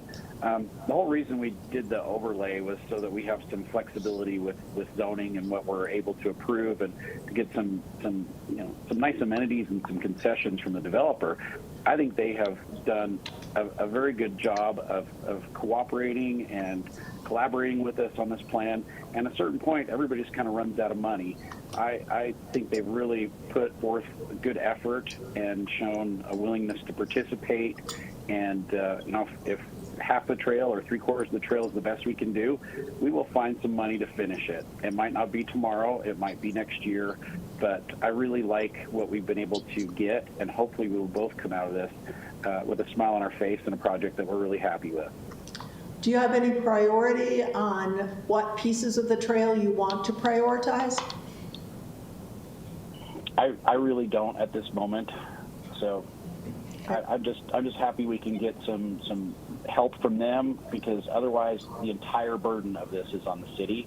And so for the developer to be willing to step up and take on extra responsibilities, that just saves our citizens a lot of money. And I do think it's a good project. Again, there are always trade-offs. If we use, all of our RAPS funds for a couple of years toward this, then that means other projects don't get done. I mean, I agree it's a great project, But it's not the only project. right, it's just there's trade-offs. To find the money, that's a little more difficult.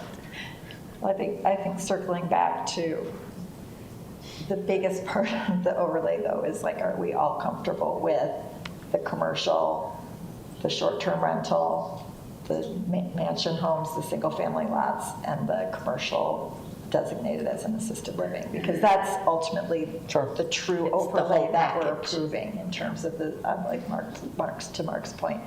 I think that it is a good blend. I know you've talked often with people out on the west side. I haven't had as much of an opportunity to do that, but I think that adding the additional single-family homes, still wish there were condos.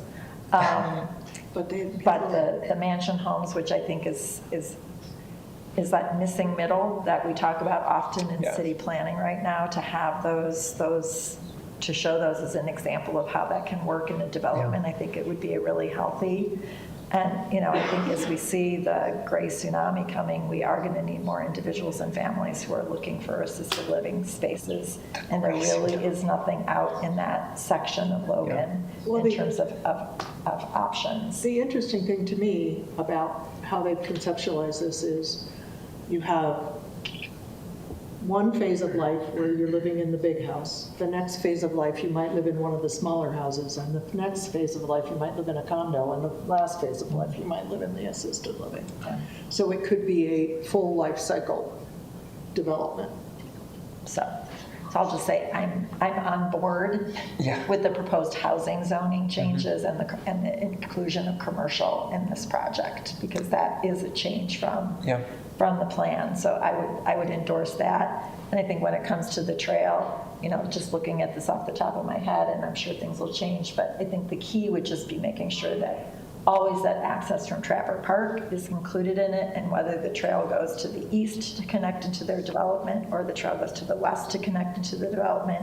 I think that's the key piece, is access to Trapper Park, and then at least one access point into the neighborhood so people can can have that continuity. So if that's that shorter piece, that's just on the south and the east, then that's just that shorter piece, and then that northern stretch could be put in later. But I think limiting it, saying it has to be this many square feet is probably not going to work. It has to be the dollar. Yeah, I agree. So up to the 1.1 million? Mm-hmm. That's what I would. Yes, Russ. So I've done some quick math. If we build 3,800 linear feet of trail, that would equal 1.1 million based on their cost estimate. Assuming the estimates are based on today's dollars. Yes, today's dollars, which would mean about 86% of that yellow line would be built. So I guess just a couple thoughts to follow up. Thank you, Russ. Amy, you mentioned I've talked to a lot of people in the area, which I have, and I think the main concern that most people have is just that, and I've said this before in meetings, is just the traffic with one of their access points being through a residential neighborhood and putting a gym. And I think the developer has been more than gracious with the designs and plans we've talked about on 1400 West, and I think everyone I've talked to about those plans has no issues. I have no issues with the development as proposed with Phase 5. And I also know that they would like to get this approved sooner rather than later and get moving, because there's been a lot of delays. And our big hangup is just dollar amounts on the trails and linear feet on the trails. And I think we just need to put down a dollar amount and build as much trail as we can with that. And I think, Well, I do like Amy's suggestion, though, that whatever piece of the trail is built, it goes has connection. It connects to Trapper Park. Which I think everyone agrees with. But you do have to say it.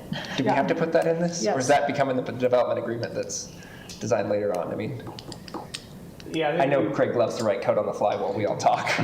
Yeah, I think this code should just have the goal and objective of building X amount of trail, and then the development agreement can talk about the more specific materials, et cetera.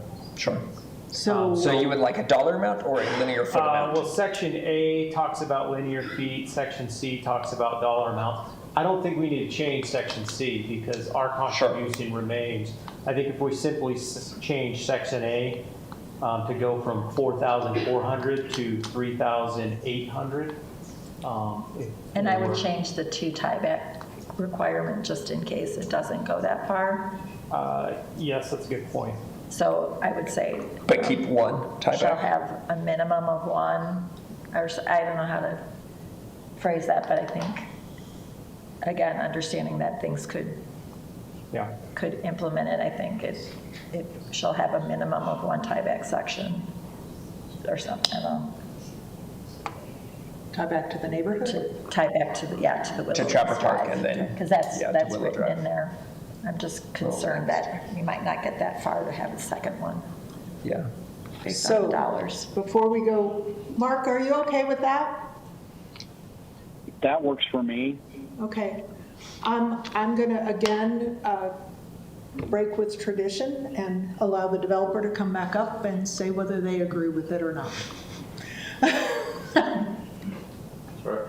The only thing, we had 2 comments. One was just the wording on, just making sure the wording is clear enough from a legal standpoint to say, currently it says 50-50 split up to 600 or 600, I can't remember exactly how that was worded. 50-50 with the applicant of an amount we just not want to to make sure exceed it 600 doesn't by the read city. that we're both up to 600,000. We will end up topping out at 500 in that 1100 range. So. Yeah, it just says 50-50 or an amount not to exceed 600,000 paid by the city. So it doesn't specify an amount for you. Yeah, so I just want to address the wording there to make sure that wording is clear. We don't mind the cost share wording. Sure. Just to make sure that it doesn't look as if we're both going up to 600,000. But if you get a windfall, you could build the whole trail. Come on. That's gonna be the first thing I do. We're actually hoping that wording will allow for us to finish the whole trail if we can get our costs down far enough. That brings to the second point where we were asking about, there's been a lot of talk about trying to get the 2 connections sooner rather than later. What we would propose in good faith is, do we want to leave it at that $3,800 or do we want to find a little bit of budget within that $1,100 to try and get a gravel. 1,100,000. Sorry. That's $1,100. It's $1,100. It's the cheapest trail ever. Do we want to find a way to word it that says there's a little bit of that 1.1 million that allows for compacted gravel, decomposed granite, that second connection in, Yeah. if that's a priority. Because it does say concrete multi-use in the Yeah, and description. it is a very, and to credit Parks and Rec, that construction does hold up well over time. We're just wondering, there's been expressed interest in getting the second connection. We're happy to facilitate if we can figure out an easy wording that says the budget required to do so would be within that 1.1 million. Just out of curiosity. Okay. Okay, I'm gonna let you sit down, and we're gonna come back. So for C then, does it need to be changed from this 50/50 to what is that? What is that, a 45-55 split if we're at 600 and they're at 5? I can't do math in my head. So the 50/50 allows the city to enjoy some cost savings if they, by chance, build it at a lower dollar amount. So it's whole either trail. 50/50 or not to exceed $600,000. That's the city's commitment. So if they, by chance, built the entire thing for $1 million, the city would only pay $500 rather than $600. Okay. If you want to add in another sentence that says the applicant is not committed to anything more than $500,000, I think that would be fine too, if that makes. I mean, I don't think it changes it, and if they want it, I don't. Depends if you want 50. That works. Depends if you want what. Well, And then, you're going to get something less if that's the path you take. What, Pat? If you cap their cost, there'll be less incentive on their side to build more. Well, you'd just be capping their max cost, Right. which they would still want to come under. They would, but their incentive at 3,800 feet is to do that as economically as possible. Their incentive at 500 is to spend that as well as they can, which could be different. Which I understand, but we're including the 50/50 still. Yep. I guess it wouldn't be 50, that would be 45, 55. So as far let's as, start with Trail construction? no. Amy's comment was that we need one access point from the development and a definite access point to Trapper Park. So whether that comes from the north to the south, or whether it comes from the sort of east to the west. I'm rather a bit in favor of trying to put a 3,800 feet or something like that on it to try and say this is our goal. But I mean, my goal would be the whole entire 1 through 4, but we can't afford to do that at this point in time. Which, I'm going to point at Russ Akina here. Are we opposed to them doing the last portion in gravel for a temporary connection? Right, say they get 3,900 feet and we're 300 feet short. Are we opposed to that section being gravel to get it there? Well, I would like the access point to be, One of them. no, I would like both of the, if they're going to build 2 access points to the development, I would like both of them to be concrete. I think where your access points are, you are not going to get both of them with the budget we have. No, but what I'm saying is, even if you do gravel in the middle, Oh, okay. I just want those little pieces right here and right here to be concrete. Because I think that's within, that's Well, and I actually know in the- their development. And I so- know the eastern one is slated to be ADA, so that So one who's should probably- responsible for the trail maintenance on this? Does this revert to the city? Because then Yes. it really is up to Russ to get help, weigh in on the idea of gravel versus concrete. Yeah, and it Because is- if we're maintaining them, we got to make sure that It is city like maintenance. the ongoing maintenance costs aren't going to over time be just as great as putting in concrete. Russ, would you like to come to the microphone, please? He looks so happy to do so. We've had a lot of meetings about this trail. Typically, we plow our trails, but we can't plow gravel. Right. I would say we would plow the paved sections, but you can't plow the gravel Hi. sections. Hi, want to restate your question? Oh, I'm just wondering if there's this discussion about allowing for gravel in certain sections of the trail, and since ultimately maintenance and like ongoing, I know every year right now, we have to go in and refill certain areas of our trails that are gravel. Is that going to be a burdensome Yes. city budget item? So it feels like, anyway. As was mentioned when we had our internal meetings with the developer, I did express that understanding that you're going to have restrictions and resources. However, you want to build it right the first time and not have to come back and do stuff again, especially in this case where we're discussing whether it should be gravel or concrete. We would prefer, obviously, if resources weren't an issue, which leads to the second point, and that is you build what you have budget for. But our preference would be you're going to start in concrete, then you're going to finish in concrete. Okay.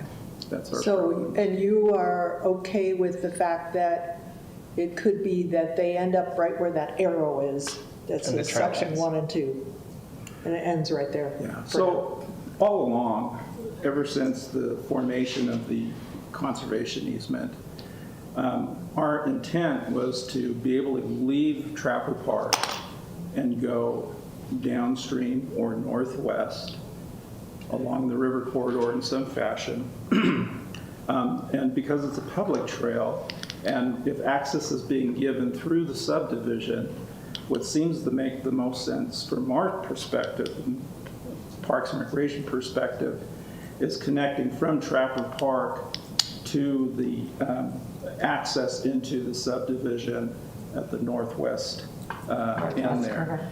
Yeah, that should be, in my opinion, the priority. Okay. Part of the reason for that is that, of course, we're also looking at the future of this trail, which could take years to continue somehow along the river corridor to the 6 South Park. Most recently, as far as my involvement has been with this project, is the discussion with 14th West. So if you provide an access for the public onto city roads in a subdivision, people are going to keep going until the end. And so if the end in this case is 6 South, the north end of 14th West, that provides better linkage for public movement in a public trail.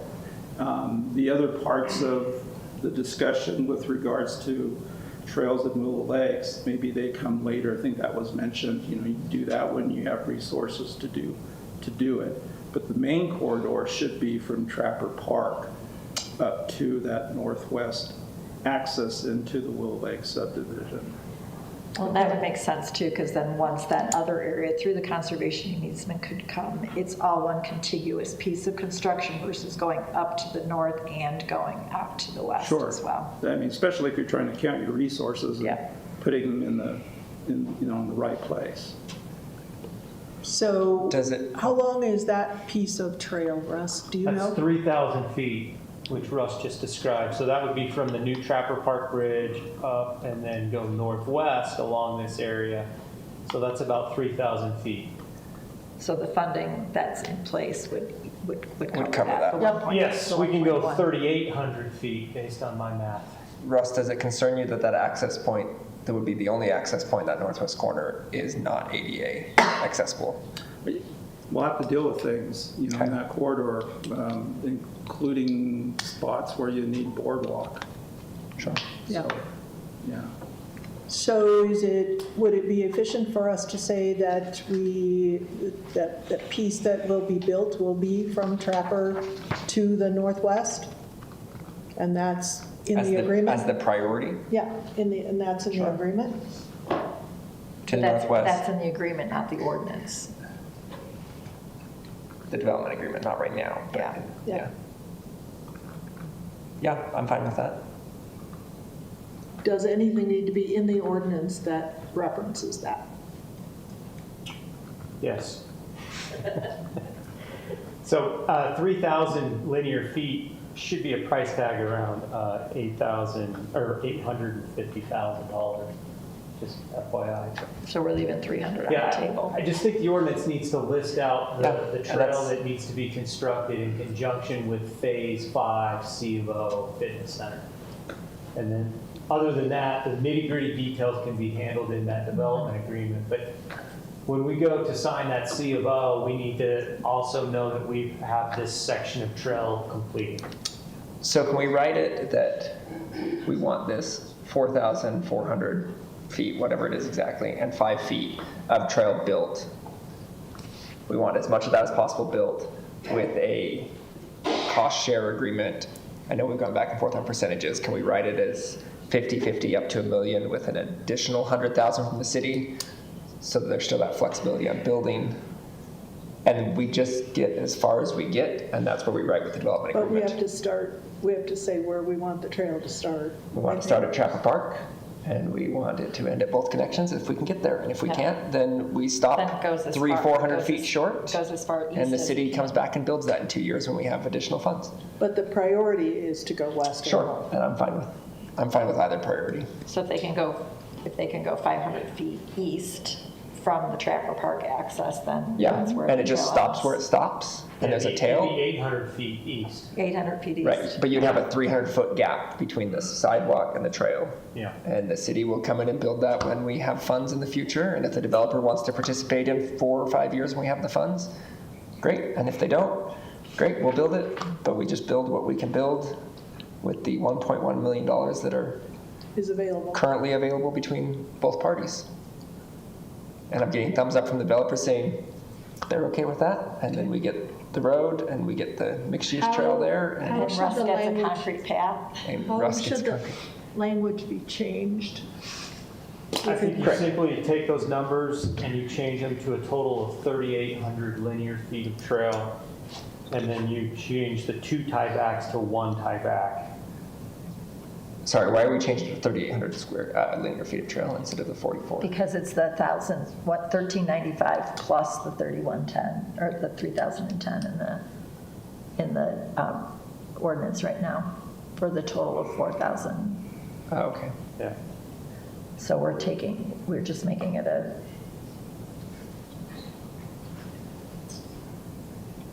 so it'll be the running.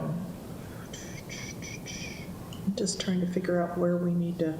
I'm just So hoping it's they the get running magical east for and like approximately 800 get a really linear good feet, bid is on that what you said, Russ? 3,800. It should be 800 instead of Yeah, because 39 or 3,000 is 1395. the section that Russ Akina just specified. So 3,010. So we're modifying 1395 to 800 in A. That'll be an amendment.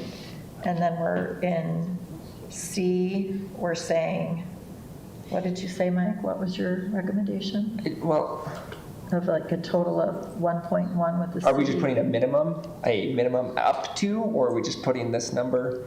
Because if they get some cost savings and they can build an extra 75 feet of trail, don't we want that available? It would say at least 3,800 linear feet of trail. Okay, So if by chance they are able to build more, great. yeah. I just don't want them to like. But the C of O is only tied to 3,800. Okay.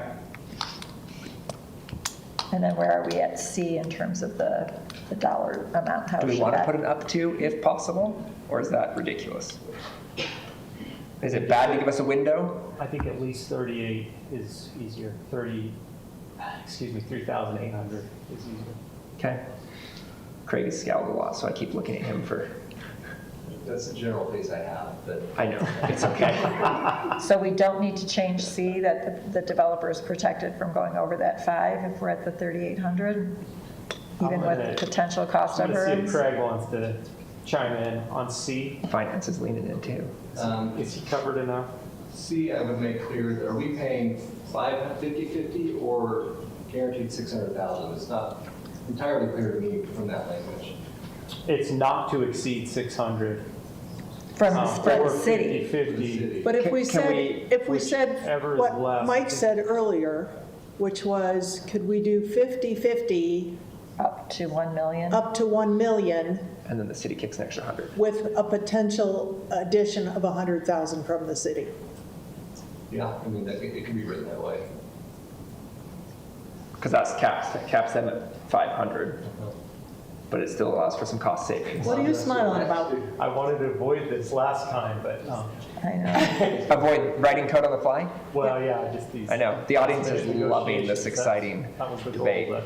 But I also know that they really would love to get this We approved. can do Mike's suggestion so long as it's clear that 3,800 is the minimum that we're doing with that $1 million. Okay, for linear. and is the wording in, can we, I wondered if, are we at a point where we can start drafting? or- So let me just say what I we're would all- think, what I would think the amendment would be, potentially. So it would amend 1727B.008, Section A, to read for approximately 800 linear feet, and then running west for approximately 3,010 linear feet, for a total trail length of at least 3,800 feet, linear feet. Is that correct? That is A correct. total Okay, length of so that would be minimum. the amendment for A. And wait, you want to add the one tieback on the last sentence of A? Yeah. Yes, and a minimum, this trail shall have a minimum of one tieback section to Willow Lakes Drive and to Trapper Park. do we have to specify which section that 3,800 is? Well, she specified the distance to the I west and the said a distance to the minimum east. of, because the So trail is going up to the west. I know, but she specified it. you specified the western half of the trail. And Right. eastern, Correct. 800 feet. Okay. Is there any way anybody, you could sit down if you want, Russ. I won't make you stand there We're forever. giving you concrete, my friend. That's a really good idea, I thought, up So- there. And then the cost one would be also amended. To 50/50, up to 1 million with Up an to- additional. So it would be, after 50/50, it would be up to 1 million with the applicant, or an amount not to exceed $600,000 paid by the city at the completion of both trail sections. Is that what we're saying? A 50/50 with the applicant to a total amount not to exceed 1 million with an additional 100,000 available from the city. Is that gives them the 50, gives us some cost saving ability. I Okay, wonder, are we at a point where maybe Russ, we can continue this for a second, Russ and I can draft this up quick and come back? yes, that'd be great. Is the developer? I say, Are you okay if we, They're thumbs up. if they work on the language, bring it Okay. back? Or would you In concept, it's rather come back again? so I'll make Mark, do you have any other thoughts before I make a motion to continue it to the end of our action items? No, I'll second it in advance. Okay, I'll just make a motion that we continue this to the end of our action items. I'll second that. Mark already seconded it. Okay. Mark, aye or no? Aye. Aye. Aye. Aye. So Very the, unconventional today. this item will be reviewed again at the end of the action items when they've had a chance to work on the language for us. So we'll move now to item B on our action items. We're Thanks, a little Russ. behind, but that's okay. And this is a continuation from our August 19th council meeting.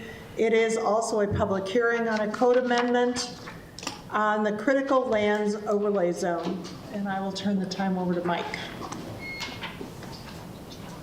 Hi, Mike. Hi, how we doing? We're so great. We having fun yet? It's the 7th of October. Okay, I'm gonna talk really slow so we can drag this out. I got about 600 slides we'll go through. Only 600? Oh, I can find more. Okay. Where are we at? So can you remind everybody why we deferred this? Yeah, let me find a. This was supposed to be the long one.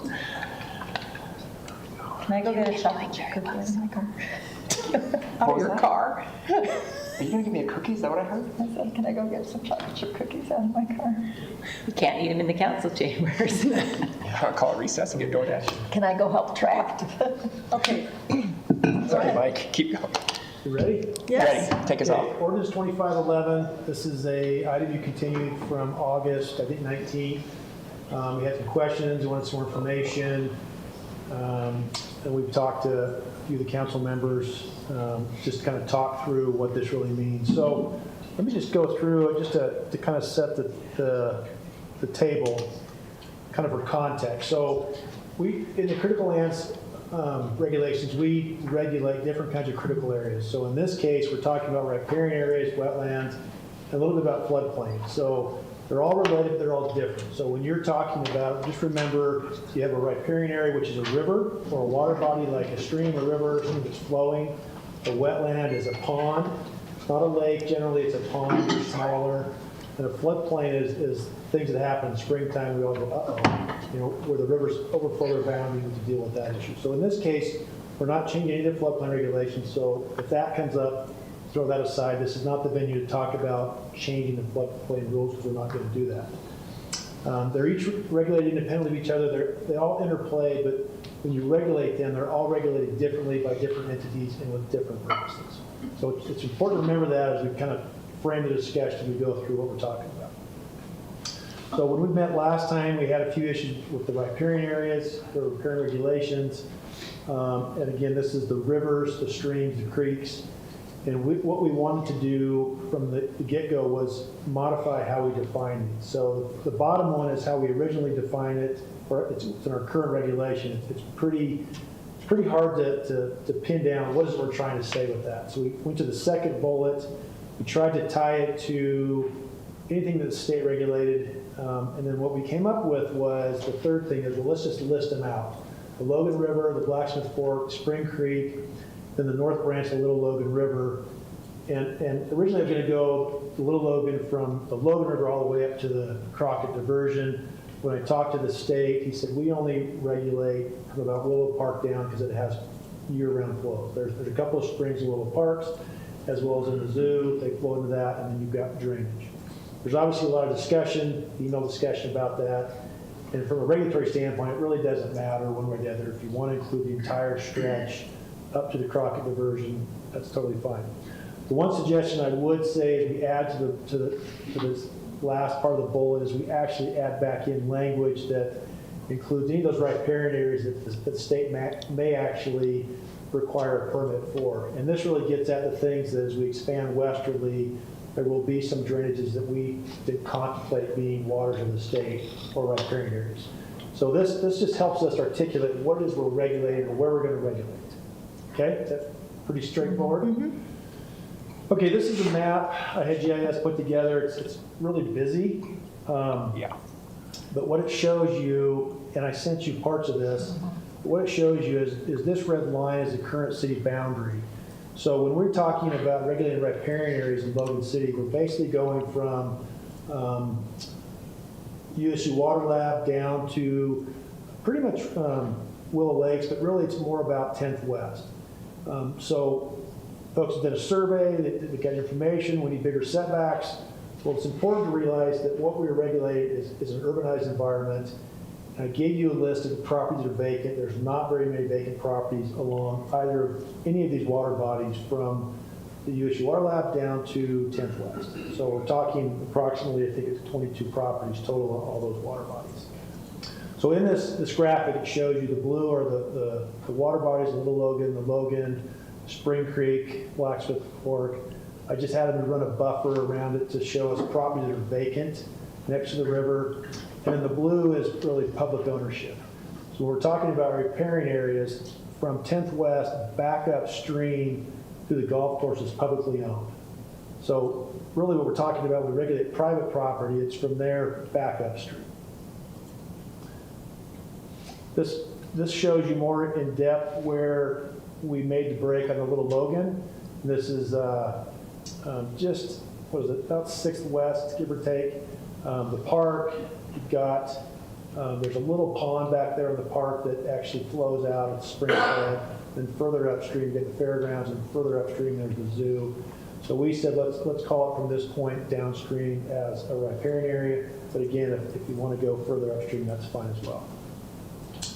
So changes to the regulations from the last document. You want to see that again? No, it's fine.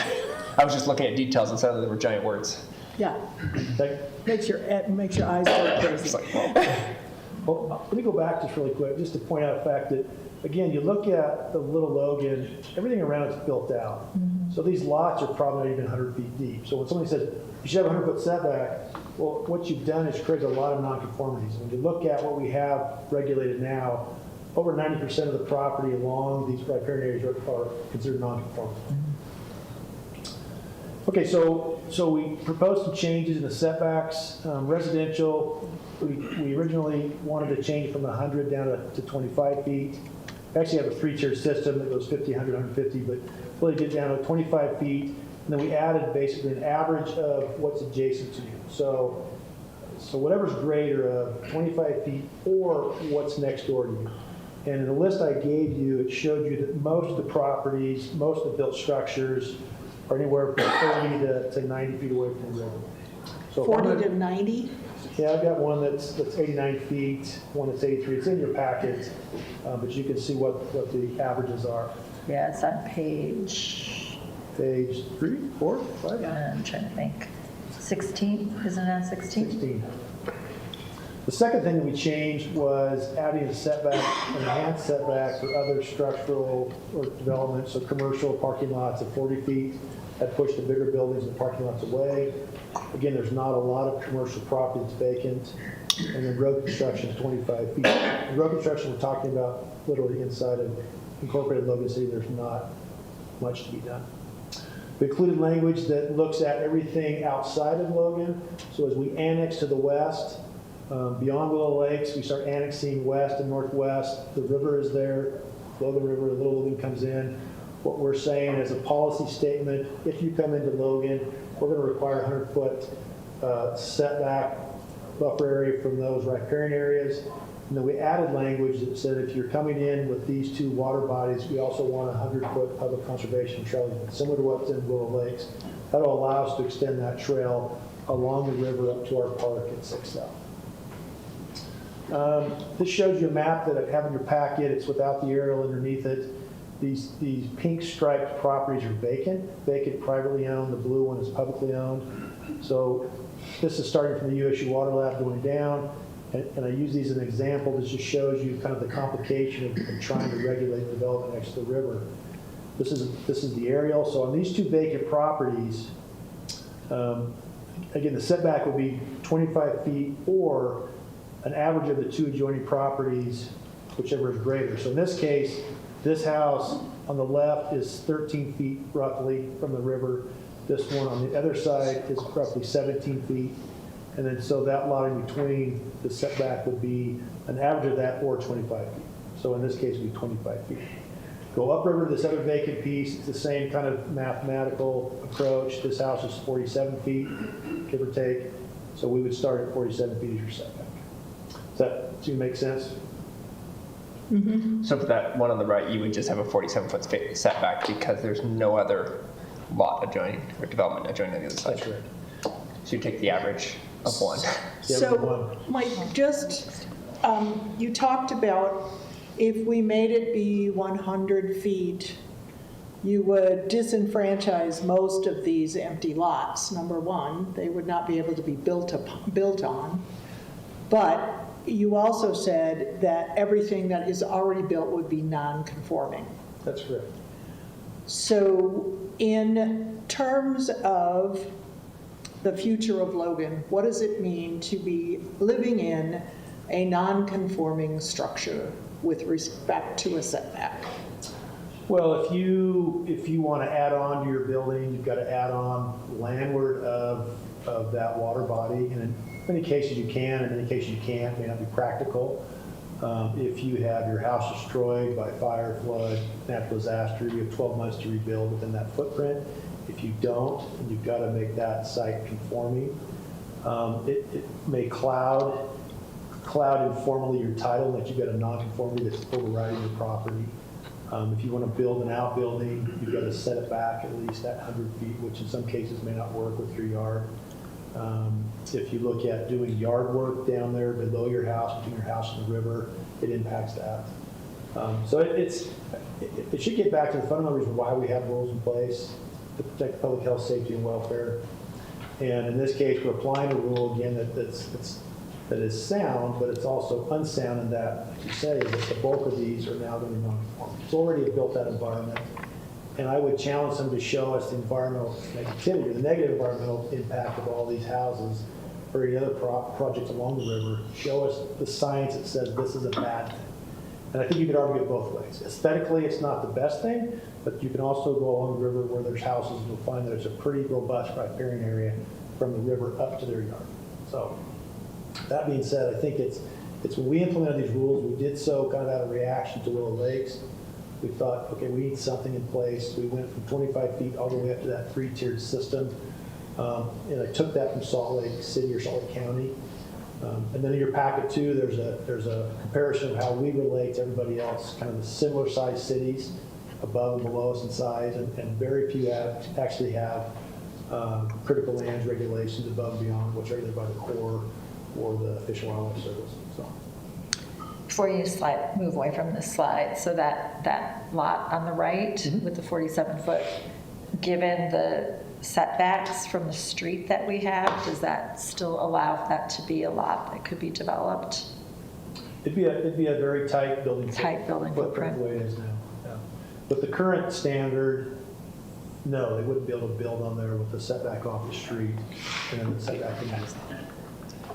And the challenge with the setback, it's just a plain mathematical or a number. It doesn't take into account what the characteristics are of a site. So in this case, you may have a high bank, so you could put a house out to the edge and not really have an impact to that right next to the river. But if it's a low bank and more gradual, then you put obstruction and you have a greater impact on the water.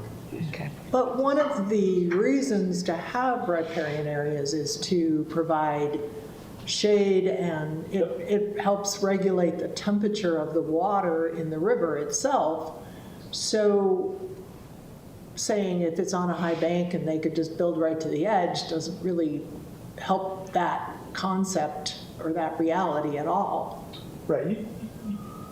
I think we all benefit from having a shaded riparian corridor along the water body, but looking at the nature and the characteristics of what we have in this type of a climate, and in this area, you're hard-pressed to find a true 100-foot riparian area from the USU Water Lab down to 10th West. In fact, the USU Water Lab, ironically enough, the parking lot is 15 feet away from the river, just gravel and down to a bank. So they're the ones studying the water, yet they chose to build it next to the river. So it's all perception, I guess. So let me go a couple more.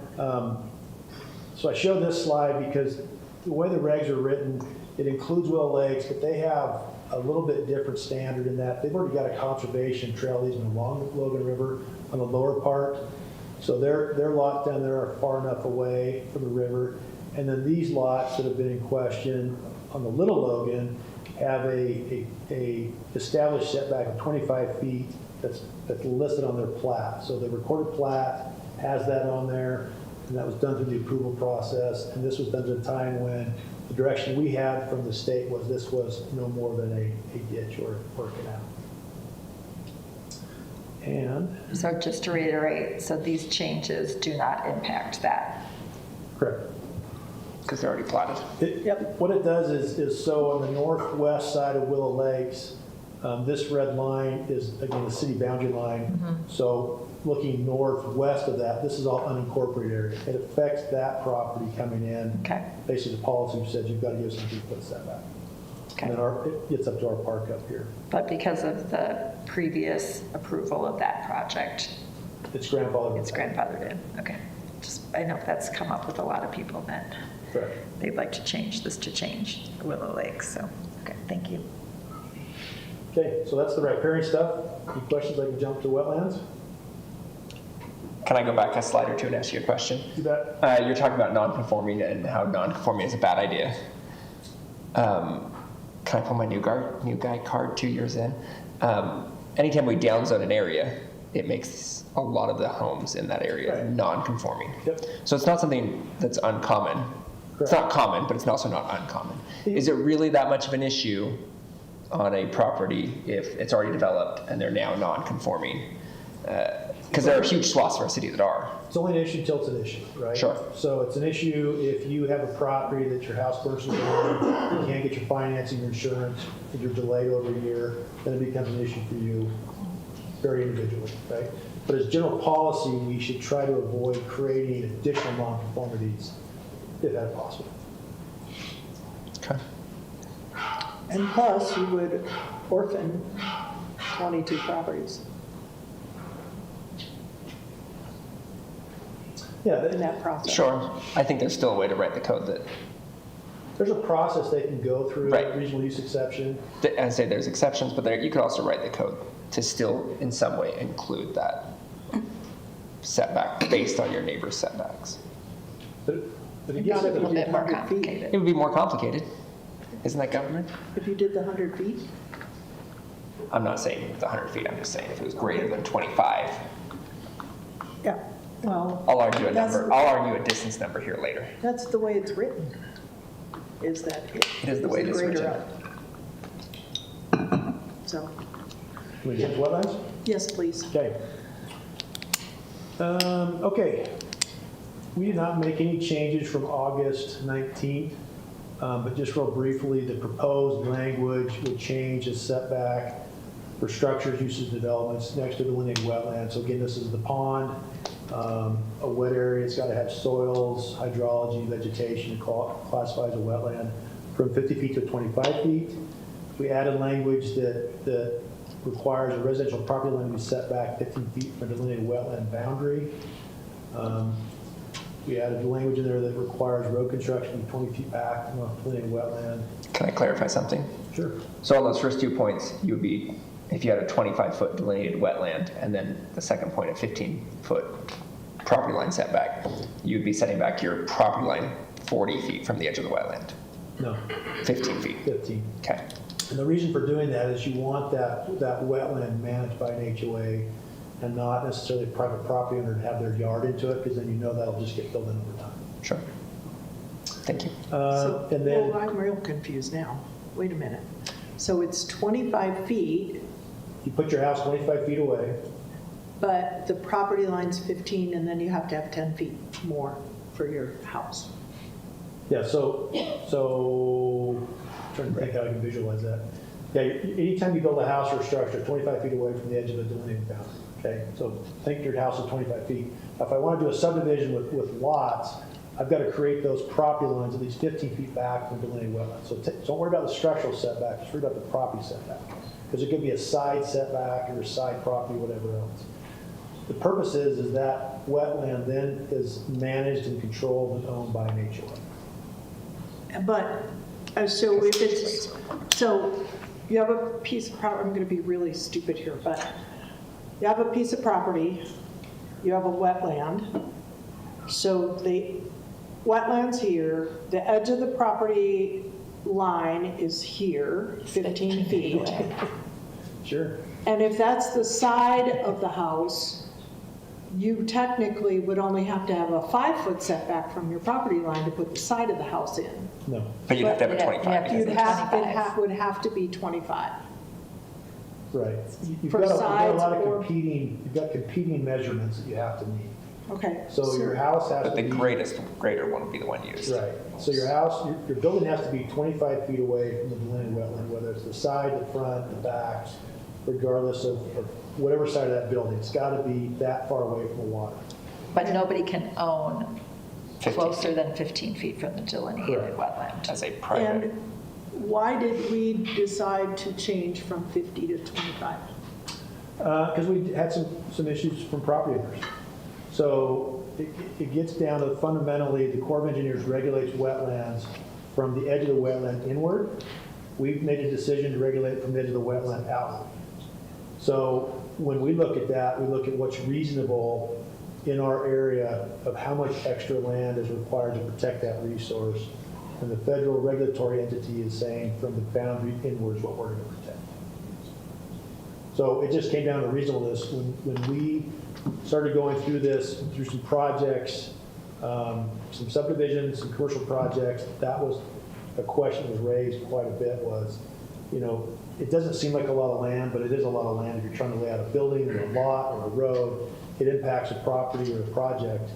And the question is, I've farmed up next to it for the last 100 years. I plow next to it. Now you're saying I gotta be set back from the 50 feet to 100 feet or whatever the number is.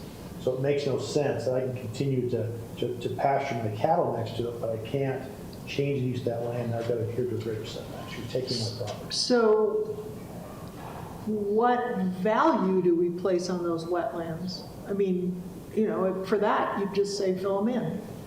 Well, we're not saying that. What we're saying is you've got the federal government saying we regulate from the boundary of the wetland inward. So we regulate. So they can't just fill it in anyway. Right. But that's what they've assigned the value to. They're the ones who have been charged from a regulatory framework to protect wetlands. So if that wetland is so important, then why haven't they gone beyond that? Because they've gone through court cases that said, no, your jurisdiction is at this boundary inward. We've made the decision to go beyond that because apparently we've articulated there's a value to that. And people pushed back and said, well, what is the value? Articulate why 50 feet is more important than 25 or more important than 75. So that's the fundamental issue. And when we've looked at it, we said, we really can't articulate that an extra 25 feet gives you anything more from an environmental perspective, at least in our context of where we're at. Okay. What else? The one on the bottom we added. And why is road construction different than developments? Because I can show you the plat where it's an issue. A right-of-way is generally linear. We try to build the grid system. You can't just move a road anywhere without having to pick up more property and move the road over. So there's a limit on a boundary where a road can go. And that was Public Works' preference, was give us a little more latitude so that we can widen the road. We'll widen it away or build it away, but we still need to reduce setback.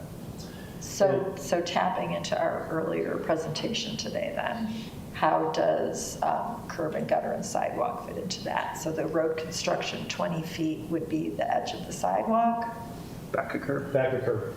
So the sidewalk would be in the delineated. So the sidewalk would be in the delineated wetland. And the logic is if you can put a trail next to a water body, what's the difference between putting a trail and a sidewalk? Because if you look at the language, we have allowed for parks and recreation facilities next to either a riparian area or a wetland area. And look at what we have on the ground out there, what a Trapper Park, what any of the parks we have that are next to the water. So the logic is if you can put a trail there, why not do a sidewalk? What's the difference? Okay, so the last bullet is looking at offsite wetland. Wait, I'm just trying to wrap my head around this one. So you've got the back of the curb, you've got a park strip, and you've got a sidewalk. So you're like 10 feet in, from most likely, sidewalk, yeah. from the delineated wetland then, in reality. Correct. From the edge of the delineated. And I mean, when we do a trail, we don't do a road too. No, we do a trail. Shared path. We do a trail. Right. And it seems like you're adding a lot of concrete right next to the wetland. And I'd also add, you probably added landscaping, grass, and other things in that area too. But yeah, if you take the road out for a sec, it's back a curb, right? And then it's everything from there inward. So it's park strip and curb, or park strip and a sidewalk. So you're within 10 feet of the wetland. You are within 10 feet of the wetland. The sidewalk would be within 10 feet of the wetland. But we're saying 15 feet for residential property lines. I'm just... See, my problem is the fact that we're already paving a road, and then when we do a trail, it's just a trail.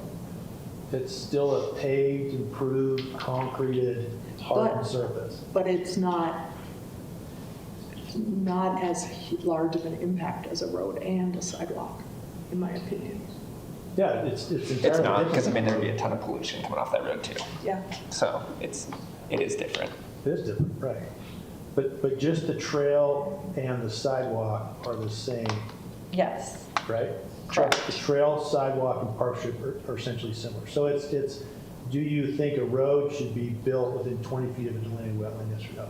And we have a lot of examples in Logan City where a road is literally next to a river or a wetland.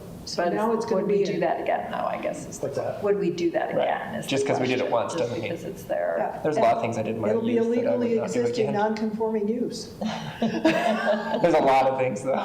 The part of you're thinking though, the road construction itself, you're thinking that they're gonna just, all that water gets pitched off the side of it. When you build a road, you have to manage your stormwater. So you're not just running oils and greases and fluids into the swamp. It's going into stormwater retention. Into the curb. So it's being treated. Yeah. The water part, but all the other pollution parts. And, I mean, but there's an argument made there. Right. There's a lot of garbage that is along roads. And But we live in a society where we drive a car. So. we do. We do. Okay, the last bullet is, this gets at if you've got property and you have neighbors that have wetlands, you really have no legal authority. We have no legal authority to go over there and delineate them. So it's more, we see a wetland, there's a property boundary, you've got to stay 25 feet back from that. And that's really the best we can do for adjoining wetlands on adjoining properties. Proposed changes, this gets at kind of the procedural, we clarified how to expand nonconformities. You can do a stormwater facility in a wetland setback area if you're approved by the city engineer. And that's both detention and retention. Correct. What we want are these wetlands managed by HOAs, not a private property owner. And then we want to make sure that we've listed out, labeled out parks and rec facilities, underground utilities, bridges are permitted in a wetland buffer setback area. How do we make an HOA manage that? We don't. I mean, that's the thing is we can tell you to set it up, we can require you to give us some surety that that's going to last, but once we're all out of the picture, we have no control that it either survives or doesn't survive. So a development agreement could require that to be managed by an HOA, but we don't have enforcement capability. Right. And who knows if the HOAs, Mike knows about an HOA that I love that dumps all their green waste right next to it.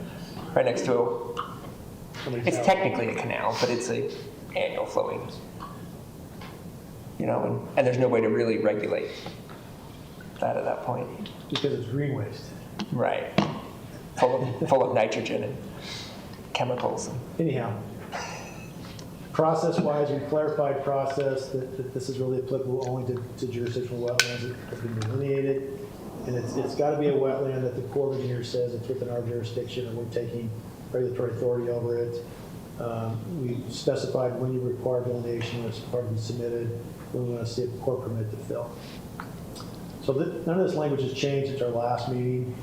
And then this is a nice picture of the Little Logan north of Willow Lakes. So this is one of our big riparian areas, when in fact it's been altered and used as a ditch for the last 60 plus years. But they're going to do a restoration through here, widen it out, enhance the wetlands, enhance the riparian areas, the flooding, put in some trees, so it'll be pretty cool. Okay, what questions? Haven't we been pestering you enough in between? That's fine. I do have a question, Mike, about conditional use permits require, or for additional structures like a deck and things like that they could build that within the riparian area? Is that the way I read that? Where are you looking? I think it's number 8. But let me find it. Number 8 under what? Yes. I know. Which section? I gotta find it again. Does it say deck? If I search for deck, it does not say deck. Yeah, so that's the where you want to expand or alter an existing structure. Right. And so if you want to put in a deck on the water side of your house, yeah, you would need to get a CUP. But to my mind, that just, does it still have to stay within the setback? No, you're asking for a special exception to allow you to encroach into the setback. But then why do we have Mark? setbacks at all? Nobody's answering him. Is that Mark? He's trying to answer, he's trying to call in. Yeah. We can't get him to call in. This language matches our non-conforming language elsewhere in the code. So that there are, so you can ask why, But I think, no, I mean, what you're saying though, the way I read that, what we're saying is, we have a setback. I texted him. But if you want to build a big deck, you just come and say, you want to build a big deck, and we give you a conditional use permit for it, because we don't say no to conditional uses. Correct? I don't know what to tell you, Jeannie. There's criteria you have to meet to get a CUP. This language matches how we apply a non-conforming structure. So it gets back to, if I've got a non-conforming building and I need to build onto my house or a deck and I can only go towards the water, what I can say is no, or I can give you a reasonable out that allows you to do that. And you have to meet the criteria of the conditional use. This allows us to look at that and say, you know what? You don't need a 25,000 square foot deck, maybe a 10,000 square foot deck. Maybe you can pull back and go sideways as opposed to straight out to the river. But do we have, I mean, where are those criteria listed? They're in the other part of the code under conditional use permit, 1740. 1752 is what you reference in here. That's non-conforming. The CUP process. Legally existing nonconformities. The CUP requirements are listed in the conditional use permit requirements in the code. And I think it's 1741 or 42. It's the same findings we have to meet for everything that goes through for a CUP. And there's some that are applicable and there's some that are not. Okay.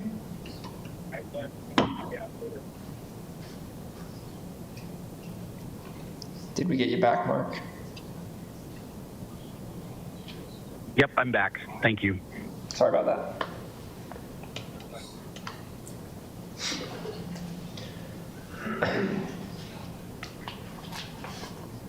Were we still talking about decks? Sorry, I got distracted by trying to get Mark back. Mark, do you have questions for Mike? No, I'm good right now. Mike did a great job. I don't know how. Yeah, I guess I'm just like. Do you want me just? Conditional uses are just, it's like, oh, if you comply with this, this, and this, you get to do it no matter what. Well, they are a permitted use, but there are conditions you place on it to get to be a permitted use. So you can't deny it, but you can go through the requirement or the criteria to approve it. And I can find them and read them to you if you'd like. Okay?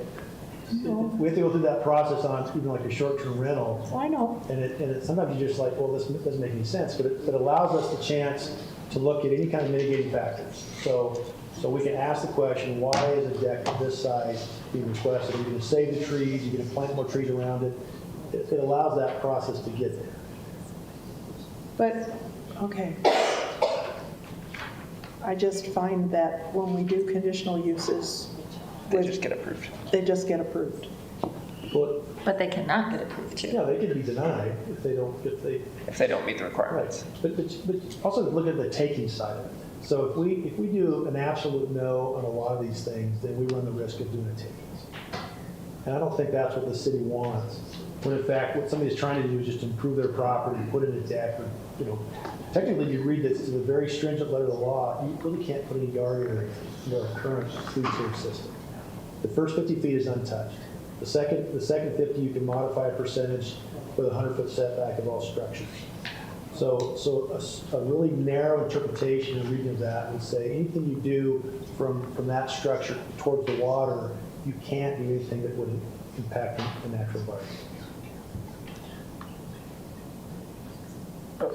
Which I think to some extent there's value in protecting that area as much as possible, and I think that's the hard part of. There is value in that, but again, it's the context. Look at the city is pretty much built out. Right? Sure. So the lots we're talking about, the vacant lots, most of them are already scraped down to the dirt, so we're not protecting anything of value there. The house is already built. Most of them have some riparian area that's between them and the river, so that's protected. It's this mindset. The science says stay as far away from it as you can. It does. But it's based on the type of water that you're next to. So certain types of water you should have a greater setback. Lesser types of water, probably not so much. But here we just have this numeric standard that we've got to apply. It's black and white in a gray world, and sometimes it doesn't make sense. Other times it makes a lot of sense. Anything else, Mike? just asking questions. So where did this come out from Planning Commission? Because I think that was. They all approved it. recommended approved it. approval. Unanimously, right? Recommended approval, yeah.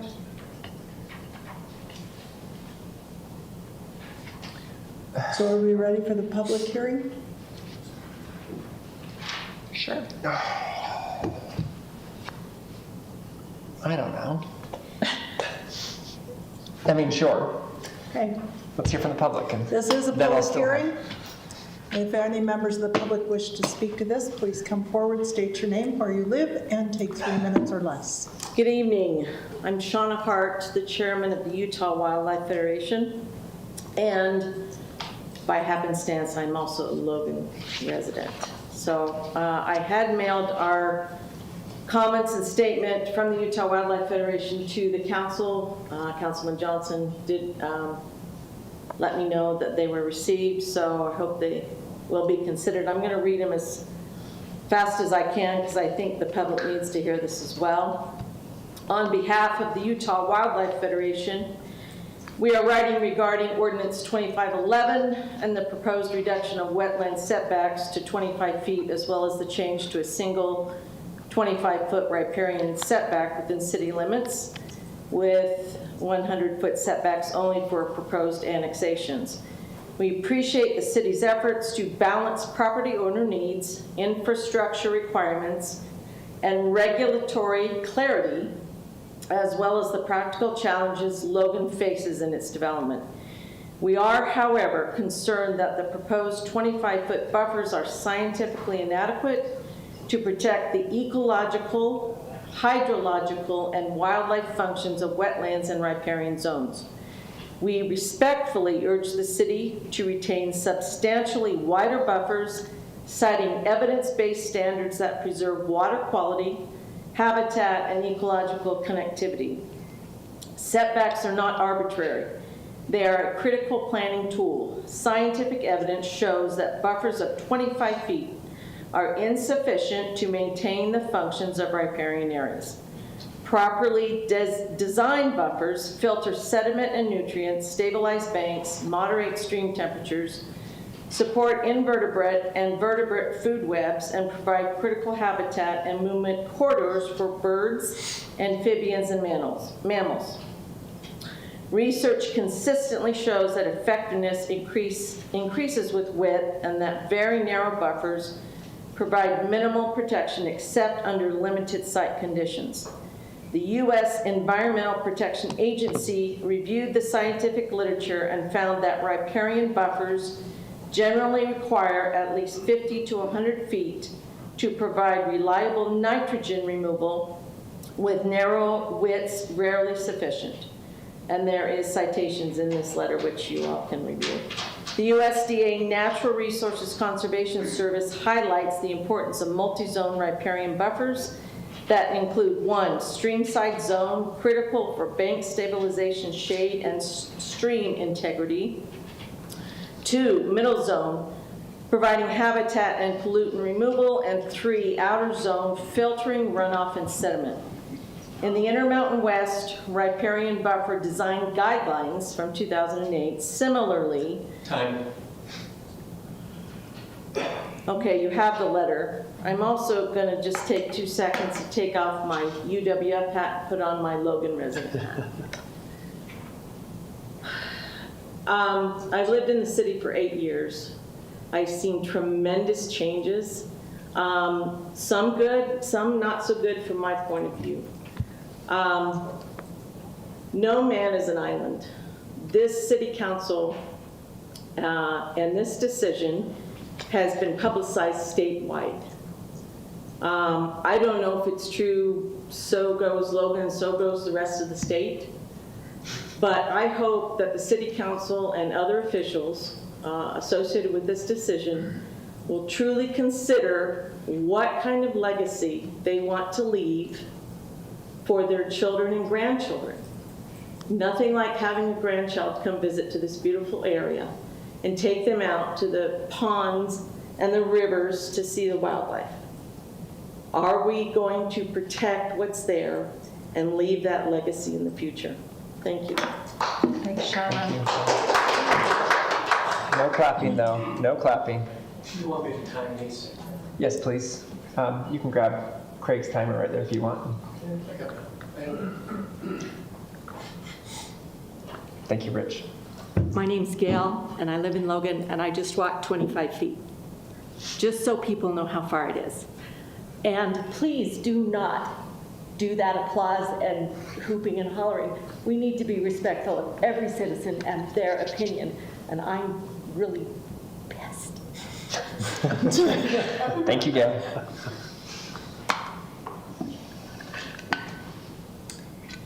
Good evening again. My name is Stevie Coleman. I'm a resident of Logan. And I just want to address something said earlier. I don't believe that the ordinance specified this was only 10th West. It does affect the entire city of Logan and what's within those bounds. And when it has wording like every stream, every wetland, anything that's considered riparian, that's very concerning. Last week I emailed the mayor and council a petition regarding the proposed changes to ordinance 2511. And I want to verify that it's been received. This petition has over 600 signatures to date, and it's still growing. I know the council and mayor have a difficult job balancing growth and what residents value most, but ecology and development are not opposites.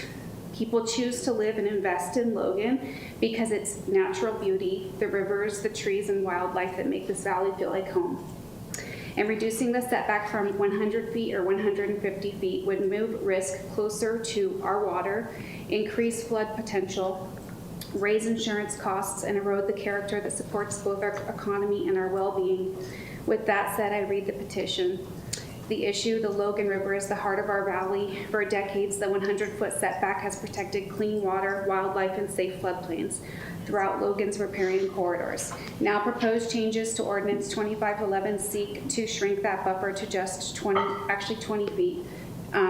This change would allow development right up to riverbanks and stream edges across the city, destroying habitat, polluting our water, and increasing flood risk for our community.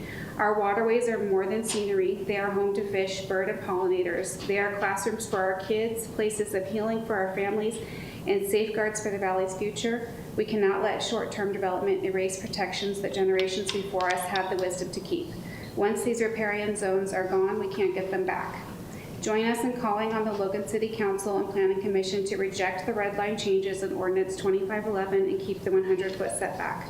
Together, we can protect our rivers, streams, wildlife, and community for generations to come. Why cities use a 100-foot river setback? A setback is basically a buffer zone between development and a riverbank. It's just an arbitrary number, but that setback is, the 100 feet is based on science, safety, and long-term planning. Flood safety, I'm sure you saw on ABC News in Salt Lake City, they just had the flooding there.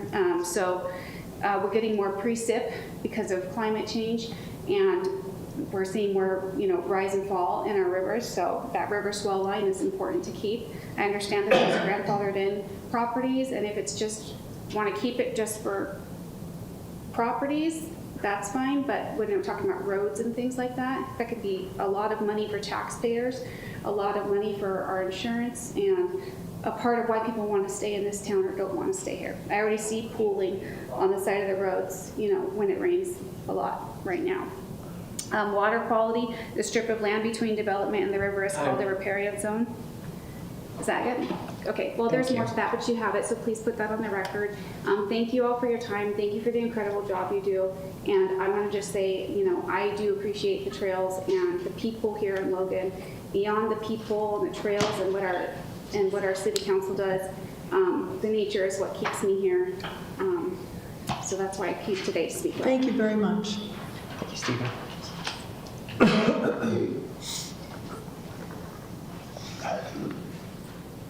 Hello, council members. My name's Griffin Gallagher. I'm 19 years old. I attend Utah State, and I'm majoring in environmental studies and philosophy. This is my first time speaking at a public hearing, so forgive me for if I stutter.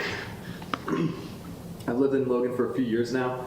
I feel like I've come to know this place pretty well. I run by the Logan River every morning. I've been on dates there. About 3 weeks ago for one of my classes, we were taking samples of the river at Rendezvous Park and counting how many species we could identify in just 1 square meter of the river. So my group recorded an average of 15 visibly different species that we could see with just our own eyes, not including any sort of microorganisms or bacteria that they feed on. As part of this research, we learned that since the road is already so close to the water, when the salt from the road melts too close to the river, we see many of these little creatures' populations decline, and the same goes for when there's an imbalance of fish populations upstream. The point is, this river's ecosystem is very much alive and thriving. Every inch that we develop closer to the river is an inch we compromise for the populations that this river needs to survive. Every inch we develop is an inch compromised for our future generations to enjoy this river the same way we do. Every inch we develop is an inch that ultimately hurts us. So by going through this, you will destroy the natural habitat that supports the entire Logan ecosystem, the insects, the birds, the fish, all these things that directly affect us. Additionally, I've assisted in collecting over 600 signatures in just 2 days, voicing the same support of this cause. So I urge you council members to reject the red line changes in Ordinance 2511 and properly maintain the river that is so essential to the life and well-being of this community. So thank you for your time and leadership, and I believe you guys can make the race. Thank you. Thanks, Griffin.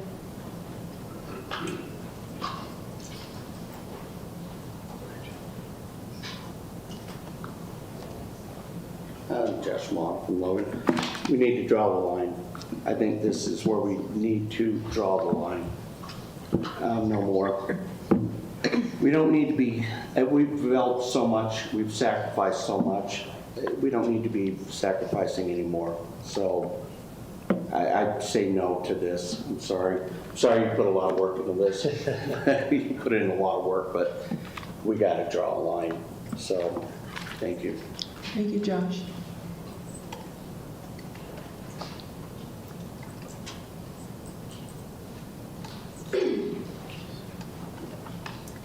Hi, my name is Suzanne Janicki. I'm from North Logan. I'm a geology professor and I study rivers and landscapes.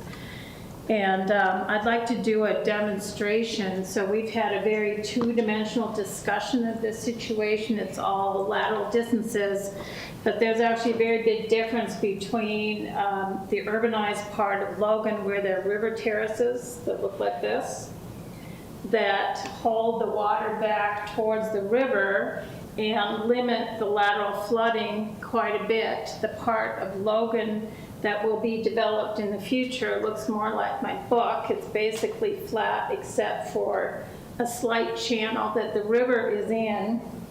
And when you look at flooding that occurred in 2023 in the western undeveloped part of Logan, drone imagery shows that that flooding extended 500 to 1,000 feet laterally from the riverbank. And that is the part of the valley that is available for future development and subdivisions. It's very different than the landscape that we have where urbanized homes already exist. So I really hope that you revise this and change your ordinances so that you separate out infilling in the urbanized conditions where maybe closer locations would be fine and safe. Also keep it separate from public trails where nobody lives. If a trail or a gazebo gets flooded, nobody's home and all of their retirement money is not going to be destroyed by that flooding. Whereas allowing people to build in flood zones is really unfortunate and dangerous, and it also has great negative impacts on the green space that we have in our community. So as we go westward, it's actually more important that we have wide zones. You might want to even consider having wider buffer zones as you go westward into the flat valley that again looks more like my notebook than the city in the middle. I'm also concerned that the argument, I'm almost hearing that the argument is we've already wrecked the landscape, so let's keep wrecking it westward. I'm sorry to paraphrase it that way, but let's not do that. Let's be safer and protect future homeowners in the western part of the city and separate out new neighborhoods, infilling, and public structures. Those seem like very different conditions. Thank you. Thanks, Suzanne. We're getting a headache. I don't want like Belmont, I live in Logan. As a hydrologist and an ecologist, I'm really concerned about this proposal. Logan has grown in some good ways in the past. It's also grown in some kind of haphazard ways, and we've regretted that. How we grow from here is really important. So I'm asking you to preserve the natural beauty that we've got, which includes these riparian areas. Future generations will thank you for that. We have already greatly over-encroached into our riparian zones. Right? That's problematic for flood hazard, wildlife habitat, nutrients, recreation, quality of life, all things that you have heard already. What we've seen is that policy can get away with ignoring science. We've demonstrated that in many different ways, not just here, but nationally and globally. But there are consequences, right? Anytime we ignore the science, there are consequences. And it's a question of who ends up paying for those consequences. In this case, I think there are a lot of people we put in poor situations. Once we give up these protections, we're not going to get them back. This is really a one-way road. I'd really ask you to think deeply about if this is the right direction for us to be going. I'm asking you to not put more people in harm's way. I'm asking you to not continue to degrade these vital riparian ecosystems. Let's preserve what we've got. Thank you. Thank you, Patrick. Is there anyone else who wishes to speak? Thank you, Mayor and Council. I appreciate a few moments. My name is Kent Hogan. My brother and I were trying to develop a small parcel in Logan City. It's probably one of the smaller subdivisions the city has, but we've been trying to develop it for 27 years. So trying to get it done, I figure I've only got maybe 10 years left. But I do appreciate the effort that the city and the staff has gone to try and work things out and find a compromise between developing and protecting the natural resources. I have worked with 4 different companies in Utah County, Davis County, Weber County, and also here in Cache Valley that does delineation with the Army Corps of Engineers.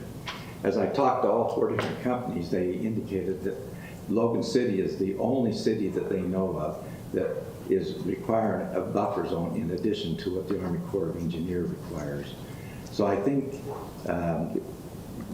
prior to you passing the ordinance with the buffer that's in effect right now, we lost about 20 lots, even with this ordinance.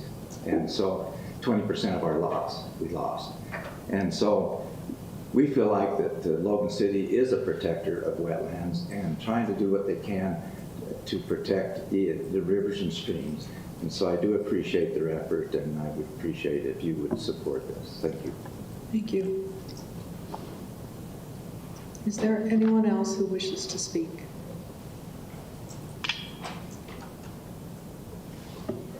Dr. Gail Yost.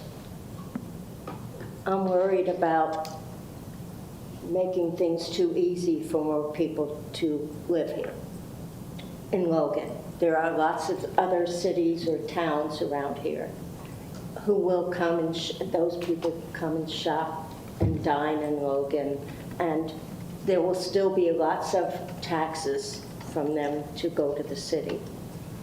However, it's okay for the city to say, let's slow down in growth. Let's take care of what we have and make sure it's safe for everybody. And I've been wanting to say this for a long time. It's all right to say, this is the limit right here, or if you have a larger limit or larger boundary, it's okay to put a boundary or a limit on how much growth we get in order to take care of the city that we already have, the people who live here permanently, the people who have children who are trying to live close, but they can go to another town if they need to. I think we need to say, a time limit is okay or a boundary is okay. And that we don't need to have so much expansion that we ruin the environment, the places where trees will grow freely and lots of animals will utilize those trees, and the shade will provide extra coolness for our summers and even extra protection in our winters. We need to think about not just what we want right now, but the future of the city, the future of the people who will live in this city. I have a daughter who lives in the city, and she's in a wheelchair, and she has 3 sons, 2 of whom live in Cache County, 1 in the city, 1 in Hiram. It's okay to put limits. Other cities around the country have done it. It is not unfounded, and it is not heretical. We can do it. We can take care of not building too much in areas that need to be protected. And that's my philosophy. I live in a house that started as 142 years ago. So, yeah. Thanks, Gail. Is there anyone else who wishes to speak? Before you close the public comment, if nobody else has something, Hillary Shugart asked me to read something during the public comment section for her, and I told her I would. Okay. But if there's anyone else who would like to speak first, I can wait. Nope, it's fine. Okay. Go ahead. Hillary sent this to me this afternoon and just asked me to read it. It's like 3 sentences. She says, on behalf of Hillary Shugart, a Logan resident, if the Logan City Council is going to bypass the proposed Planning Commission review of substantial changes made to the proposed amendment to Ordinance 25-11, I respectfully request that you please consider the NRCS recommended minimum riparian buffer of 35 feet. Additionally, please include the entire north branch of the Logan River, which was included in the proposed amendments reviewed for approval by Planning Commission, as it is a natural river regulated by the Utah State Engineers Office, Division of Water Rights, and the U.S. Army Corps of Engineers, and can support riparian habitat. Thank you. That's the end of her comment. Okay. We will close the public comment and bring it back to the council.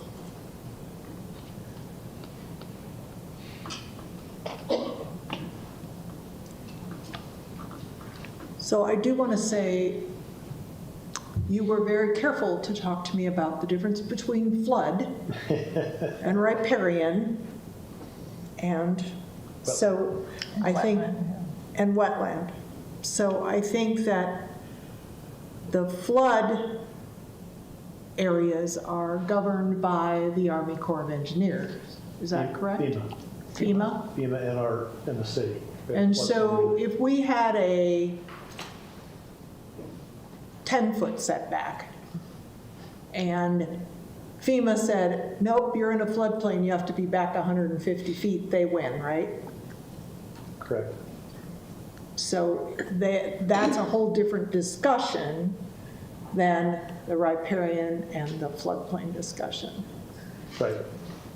3 separate resources, they're all regulated differently, a lot of overlap, but you take the most restrictive would apply. Okay. I'm talking too much, but Don't worry, I will in a minute. I feel like we came to a compromise. That's one of the changes that we talked about between what was originally proposed and the infill lots. Because I know I looked at that list of lots, a lot of those are owned by individuals that just haven't chosen to build on them yet. And should they be not allowed to build if we leave it at 100 feet? Should they have is there a different setback for that? Or is matching their neighbors the right answer?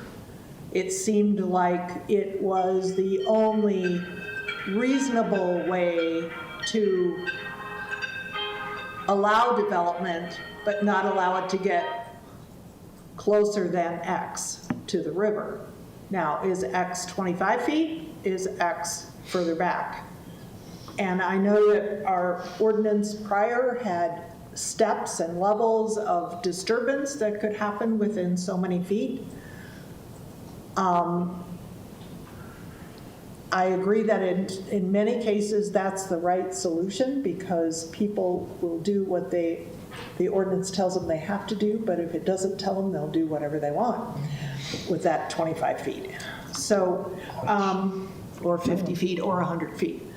So anyway, I'm a little like, I know that I am very much in favor of whatever is annexed in the future is at that 100-foot setback, because the further west you go in this valley, as Susan was careful to explain, the flatter it gets.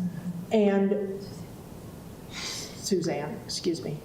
I think that that 100-foot setback for riparian is appropriate there. And I am 100% in favor of doing that. I'm a little torn about the part where it's already built. So that's the end of my long comments. Can you put the map back up that you had at the very...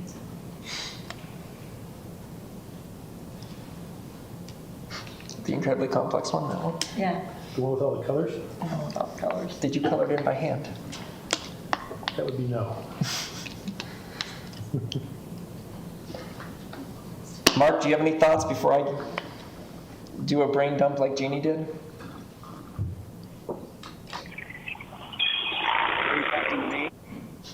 Mark just got run over. Are you talking to me? Yeah, we're talking to you. I just want to make sure you have a moment to share thoughts. You cut out for just a minute. It appears to me that we've made some changes to this ordinance, and a lot of people don't understand the changes that we've made.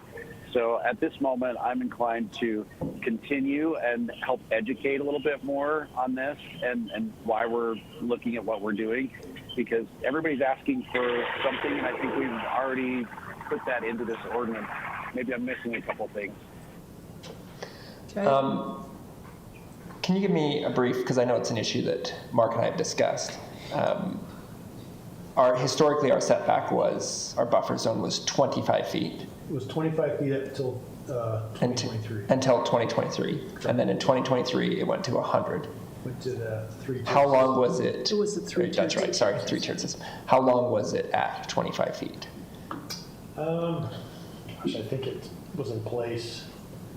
I'm trying to remember, I know I saw the date. It probably was like that for 15 years, give or take, 10 or other. Sure. When most of the development happened on the river.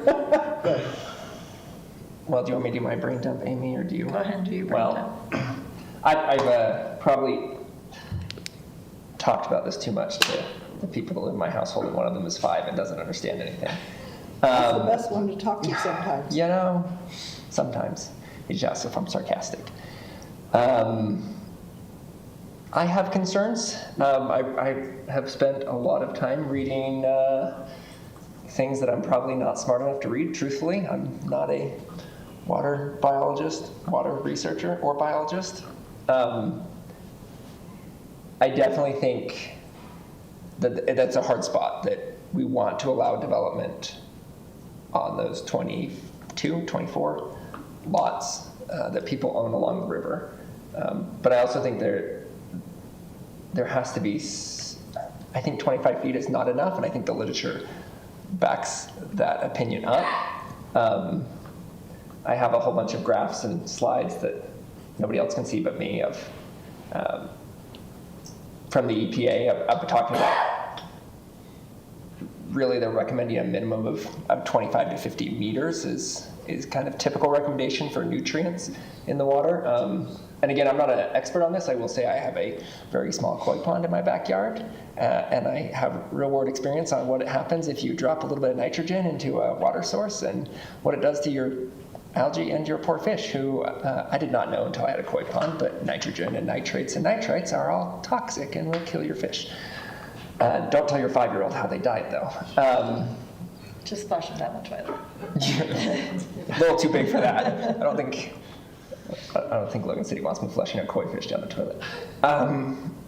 But I also, I was reading another article today talking about setbacks for wildlife, and the general recommendation online on that is 33 feet is the bare minimum for wildlife around riparian and wetland areas. I guess I have a lot of incohesive thoughts about I feel like the science says 25 is too narrow, but then the science says anywhere from 35 to 5,000, which obviously 5,000 is our entire city. And so where do we draw that line is the hard question, I feel like, and I don't know if I have a solid answer for that. 35 seems to be a minimum. That's what the EPA, I think the EPA says 33. The NRCS says 35, which I think Hillary also emailed to us.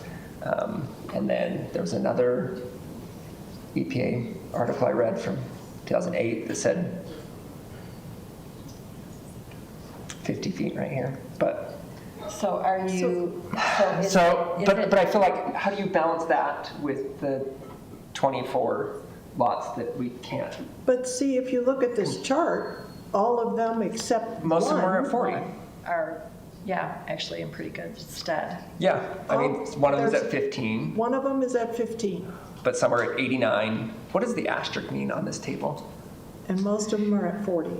The asterisk is I couldn't find a commercial setback of 40 feet. Oh, okay. That's the other line in there. Gotcha. The other development. Thank you. Yeah, most of them are over that 35 feet. Yeah, there's 2 that are at, But we do have lots that, yes, are publicly owned, but could be sold at some point within the city boundaries that I would hate to see those developed on the Logan River at 25 feet. Right? And truthfully, I know people that live along the river probably don't want this, but you really probably shouldn't be putting lawn within 25 feet of a river because of the fertilizer. Because of the fertilizer and the chemicals, right? And I know that's hard to regulate of someone's private property backyard, but I don't think that means we just shouldn't regulate it or attempt to. Well, I would say my concern is actually the road thing. Well, the road's a whole That's other. I'm I don't know, that's a struggle for me to have road, small park strip, sidewalk. You don't love tire particles in your... Pardon? Yeah, that's my... You mean like these roads that are next to the river, that cross the river? Yeah, no, I know. But again, just because we've done it a bunch doesn't mean that we should... Yeah, but you have to look at the context of what you're regulating. So the survey that you referenced is not incorrect. If you ask somebody, do you like green and open space? Oh, we all do, right? But look at that. That's not green and open space, and so you're trying to apply a rule that is trying to protect green and open space to an area that's already built up. So you already have a developed environment, and you have a river that flows through an urbanized area, and all these structures are less than 100 feet away. So where's the value? What's the environmental value you're trying to apply in this specific setting? And I understand what you're saying about the infill. I would counter that with, if this ordinance stands for 15, 20, 25 years before it's changed, we will have future annexations.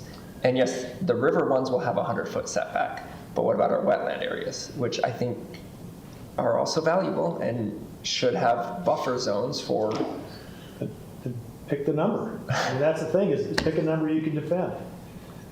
I mean, I would pick the bare minimum from the research that I've been able to do is 35. For a roadway? I mean, everything I've read says everything. So I feel very comfortable with the infill piece of it, but it is the... And that's the riparian only. You didn't do Right. infill for wetlands. For wetlands. Wetlands are on the west side of town. So I'll just say I'm pretty comfortable with the infill riparian. Okay. With it as the average of 2 modified, yeah. or 25? Whichever is greater? Is that as written in the code? That's right how now? it's written now. Right, and you're okay with that for the infill areas? Yep, I'm okay with that for those, because it is. For all riparian areas within the city? Because it really is just those 22 lot areas. Everything else, again, I wanted to look at the map. I think everything else is already. Yeah, but I'm going to counter that with, Isn't it it? could be redeveloped. There are public properties in there that could be sold and developed. I mean, if it stands for 20 years, are we okay with 25 feet if something gets redeveloped or the intensity increases or a public property sells to be developed, which is going to happen? Are we okay with that 25 feet? You mean our parks are gonna go away? Because that's really the public, is the parks. There's the other one just south of here. Isn't that public property across from the Logan River Academy? On the corner of 6th and the highway? No, it's private. It's private. Private property. Okay, Correct. sorry, I thought. So they have Logan River, Blacksmith Fork, and they have floodplain. Yeah. And which is why it's empty. Because it's floodplain mostly. But if it redevelops, you're okay with 25 feet? It's floodplain. It's floodplain. Well, not that one, the other ones. If the parks? No, I'm saying if something else redevelops. Because if somebody bought 5 lots along the Logan River and wanted to put in, and it was, our flood now calls it commercial or multifamily, they could then. You're applying a hypothetical that Well, doesn't apply. I mean, so look at the example we have up here. Sure. You've got a Walmart right here, you've got Spring Creek coming right through there to their wetland mitigation area, then it flows down in here through all these buildings. So yeah, they're gonna redevelop, but really what they have next to them is a ditch. So it gets back to what is the. But the ditch still has value. It does, but you can't just say, I'm gonna scrape away all these buildings and say, okay, we're gonna replant the trees. That's really not practical. No. And even redevelopment, if they come in and redevelop those sites, they're gonna build to the footprint of the existing building that's there. So they're not gonna pull their building back. Unless the setbacks would require them to. They have legal rights that allow them to build to that edge of disturbance. Do they? Yeah. Okay. Same with the hotel up here. You've got all this stuff along the river. And I guess it goes to the point that that young man raised about when we did the analysis of the aquatic insect and resources down at Rendezvous Park, we found all these bugs. Well, what does that tell you? It tells you that what's along the river right now is not destroying it to the extent that you're saying it's going to destroy it. So if it's so bad of what we've got, then why isn't that being shown in the evidence that he was talking about? I mean, we don't know what the river really looked like 200 years ago, so. I mean, if we're gonna, I feel like that's a hard argument to. Yeah, totally. We don't know what the bug count was 200 years ago. We do not know the bug count. So do we have a motion And those are from the Mark weeds. to continue? Was that what he said on the phone? He said he would rather continue. He would rather continue. So Mark, was that a motion? I would be happy to make a motion to continue this because it sounds like we've got some work to do. So I move that we continue for until the next meeting, which is let's see, 21st. Yeah. Is there a second for that? I'll second that without a public hearing. Okay, it's been moved and seconded that we continue the discussion to the next meeting without a public hearing. Can we have a public hearing? All those in favor? Aye. Mark? Aye. Mike? I hate these votes. Nay. Jeannie, I want a public aye. hearing. Okay. 21st. Okay. We'll see you in 2 weeks, Mike. Thanks for staying so late. That does not preclude you from making public comment. It just precludes public comment occurring here. In the hearing.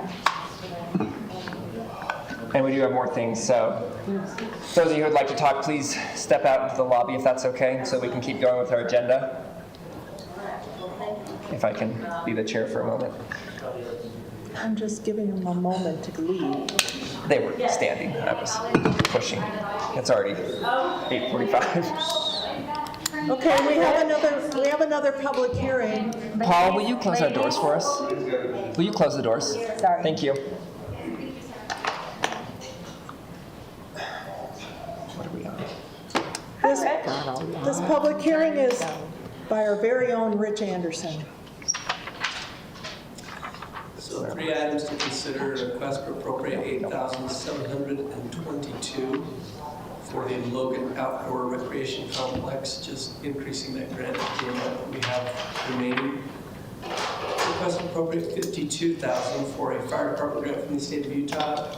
And lastly, request to appropriate $25,000 received from insurance proceeds for the demolition of a vehicle that we'll put toward the police rolling stock.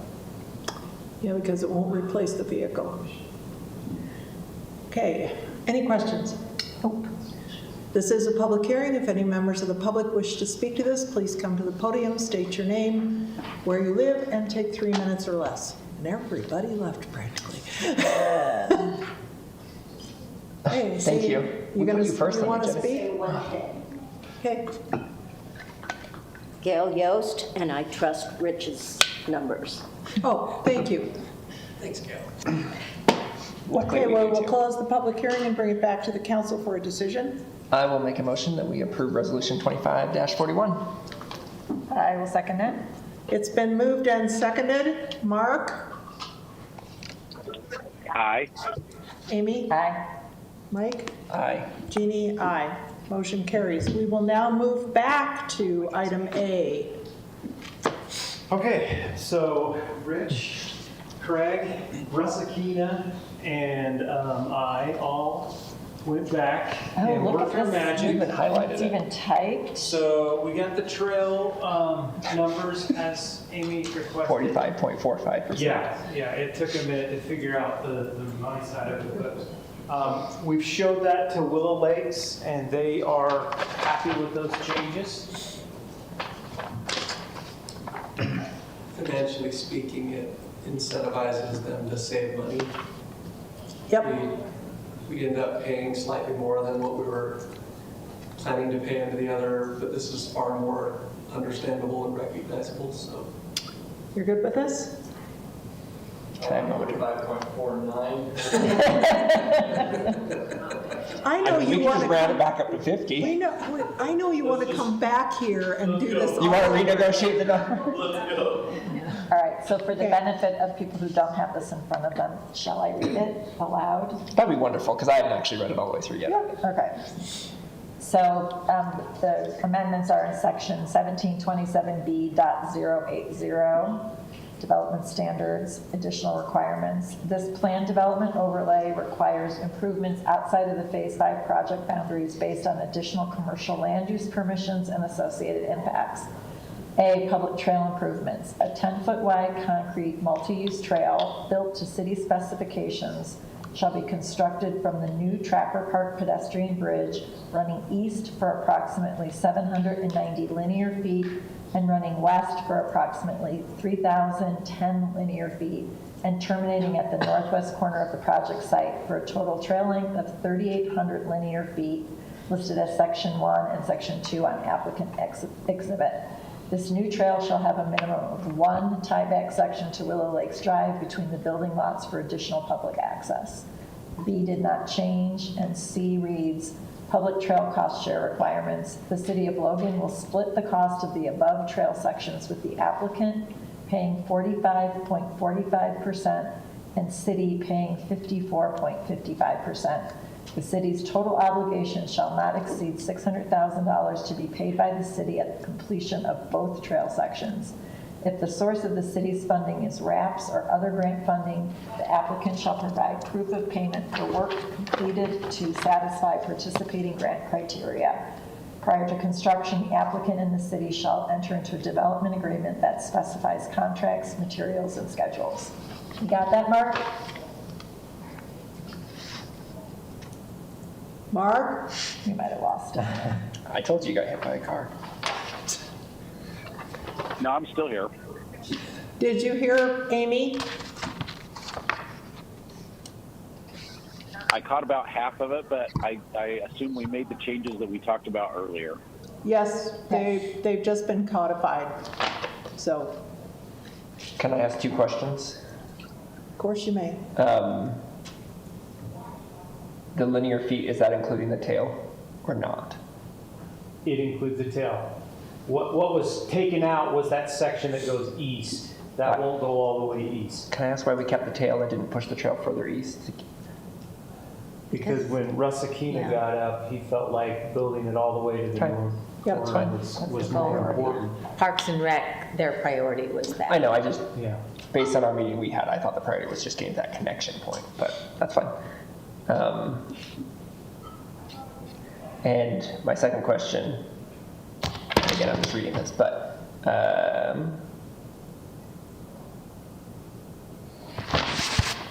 you have section D and then B, by the way. Oh, the numbering? So section E instead of B, that should probably be a correction, applies to everything prior. So the trail is also conditioned on the certificate of occupancy. Correct. Correct, okay. I think the only thing I would change then is to change, That was identified also it was, in B. it is, perfect, thank you, sorry to move fast. But we have 2 Bs, so I want to change the second B to E. Is E what comes after D? It's getting late. Okay. Are there any other concerns, questions, issues? Chair will entertain a motion. You're happy. Okay, I'll move we approve resolution, whatever this is. Ordinance. Ordinance 25-16. I'll second that. As It's been moved and seconded. Is there any further discussion? Mark? No further discussion. Okay, I'll let you vote first. Aye. Amy? Aye. Mike? Aye. Jeannie? Aye. You don't have to come back. Thank you. But you're always welcome to come to the meetings. They're so exciting and fabulous. But truly, I appreciate, I know there's been a lot of time on your guys' part, and you guys have been great, thank you. Thank you for. Sorry it took months. City staff have been fantastic. We'll keep them. They are good guys. They are good. I know you got mad at us a couple of times. We got there. Thank you so much. Okay, we're gonna move Mark, now. wake up. Your turn. We're gonna move now to our workshop items. Step out.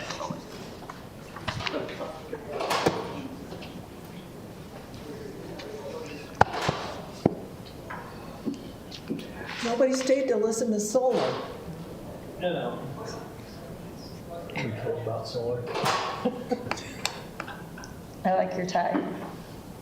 Thank you. My wife thinks it's old fashioned. Maybe you could lend it to Mike. Did you tell her you were too? Yes, I did. And proud of it? Actually, she just lets me know. So, okay, so Fremont Solar and Storage. This is a project we've been working on getting to a project for some time. The term sheet for the power purchase agreement's kind of finally been finalized. This is kind of the highlights. I think you guys had all the more detailed information. I don't know. I guess I would just ask if there are any questions. So how does the 69 to 74 megawatts compare to other solar that we acquire? Currently, we don't have any solar with battery. Okay. So the solar portion is right in the ballpark, but when you throw the battery on there, it jumps that to almost double. Okay. And there is a cap, I see. So Yeah, there's some tariff risk, I think. Yeah, I did put it on there. Batteries are coming out of China, so that could slide if the tariffs cost. There's a cap. Okay. Yeah, there's lots of struggles with this project, and every project there's some transmission issues too, but we just hope to work through those. Where are those coming through? The transmission lines? This is down in Iron County, and Iron the County, okay. transmission study showed that the current capacity outside where they're gonna build this is not big enough. So it needs to be upsized. Long Road, who is the company that's developing this, it looks like they're willing to take most of that risk and take care of the transmission. So, Okay. but there are caps on it. If it gets to be too expensive for either party, they might pull the ripcord. And then does that somehow go into the queue with? That has gone through the queue. Okay. They'll have to do these improvements, and it may have to get reset again. Okay. So how many other participants in UAMPS are participating in this? Do you know off the top of your head? No, I don't know. It's a 100 megawatt total facility. Oh, okay. And it's all being taken by UAMPS members. So, but I can't remember how many. Some are little, somebody takes a little tiny chunk. So it is strictly a UAMPS though? Yes. Have you heard any words on geothermal? We're in a small project that's still moving forward. I think we have 2 megawatts of geothermal there. I haven't heard anything else from anybody else. Okay. Well, this helps us move toward our goals. So I think that's a good thing. I'm roughly familiar with this. Can I ask a question though? How does this price compare to, our feasibility study? You were out of. I had to use. Well, I didn't put a whole lot of pricing in the feasibility study, so I'm just curious. I don't know that there's anything in there to He said compare the to. solar was right on par, and the battery, we don't have anything with battery. Yeah. And with the battery in there, that's up towards some of our higher end resources. Yeah. Battery makes it expensive. Higher cost. But when these new natural gas projects come online, they're probably going to likely be in that neighborhood as well. So if not, a little more. We don't know. And this is the power purchase agreement. So when's it coming online? They would like to be by end of December 27th. I'll shut up and read the slide. Yeah, and And these projects always come in early, so. What was that? Final is June 28th. Okay. Any other questions? Yeah, and under budget. Mark, do you have any questions? No, you answered my questions. I was going to ask about the geothermal too. Okay. Thank you. You waited a long time. Sorry about that. Thanks for working on continuing to find renewable sources. I hear that there's shorter city council meetings. I've yet to see one, but so I don't know if it's me. It's not. Stop. We did have one. Seriously though, thanks for all your hard work, Mark. We did have one that was like 40 minutes long. Everything just gets front row voted. But look at this, Mike has to come back after his travails with us. Mark would hurry up. I'm sorry, Mike. Can't find my phone. So I just want to know, how did you negotiate with Teresa to be like the first workshop item, which means it'll be like high up on the public hearing? Are you being really nice? I gotta repeat it somehow though. And I asked, and I get turned down. I was like, no. Well. Okay, you're on. Okay, here we go.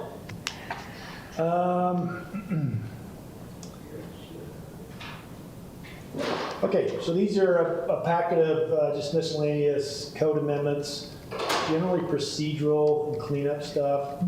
First one is we regulate short-term rentals. That's been kind of a process over the last few years. We're at the point now where it's really more administrative. We can do it administrative.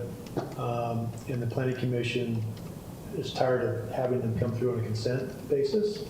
And when people do show up to argue or protest, then really it's like there's not much you can do. Right, the code is the code. The code's the code. And it's a conditional use, and we say yes. And we say yes because they meet all the criteria for CUP. So this one's really simple. It's just about process. We still look at them administratively, but still check the maps to make sure all those things are met. So I will say that my only concern is the fact that the only way people know that they're coming is through the process that we have now. That's not true. What do you mean? No. How else do they know? They are required to notify the surrounding landowners, property owners, and landowners, or residents. So before we give them a license to operate, they have to physically go out, within 300 feet or 500 feet, whatever it is, and put a flyer on the door and then also mail it out. So people know who to contact, what the rules of operation are, so there is that communication with that person running that facility. Okay. I thought at one point we were going to put a sign up. We talked about having a sign on short-term. Oh, that it was a short-term rental? Yeah. With the phone number to call? Yeah. No, they're giving the packet with the contact information. But what I'm saying is, you know, it kind of gives, like if you're looking for a house in a neighborhood. It's usually the best one, very well maintained.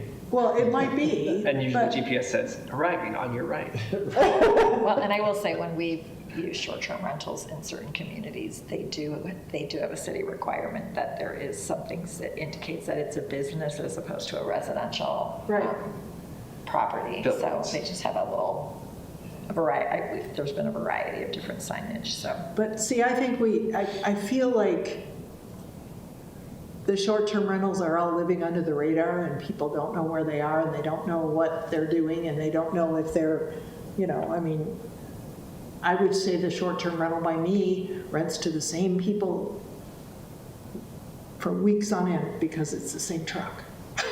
But it's a short-term rental. Well, it's also a zone that allows for that type of use. So it's not treated as a short-term rental in a residential zone. And this is the one behind your house. Uh-huh. Yeah. But it doesn't have the same rules? No, it's licensed as a commercial operation. So you can do a short-term rental downtown in the town center zone and not go through the CUP process. So it's treated like a transient occupant type of use, like we would a hotel or a motel. Okay. Okay, the second element we're changing, we just have to update our standards for beekeeping, state change rules, so we're just trying to be consistent with them. This is probably one element code we can just remove altogether and refer back to the state, but it's about public information to let people know that, hey, if you're going to do beehives, this is what you have to do. okay. Subdivisions, we want to increase the minor subdivision from 3 lots to 6 lots. So a minor subdivision, what we do administratively. Everything over that goes to planning commission, to a public process. Admin is done in a public process, but it's scaled back, it's just quicker.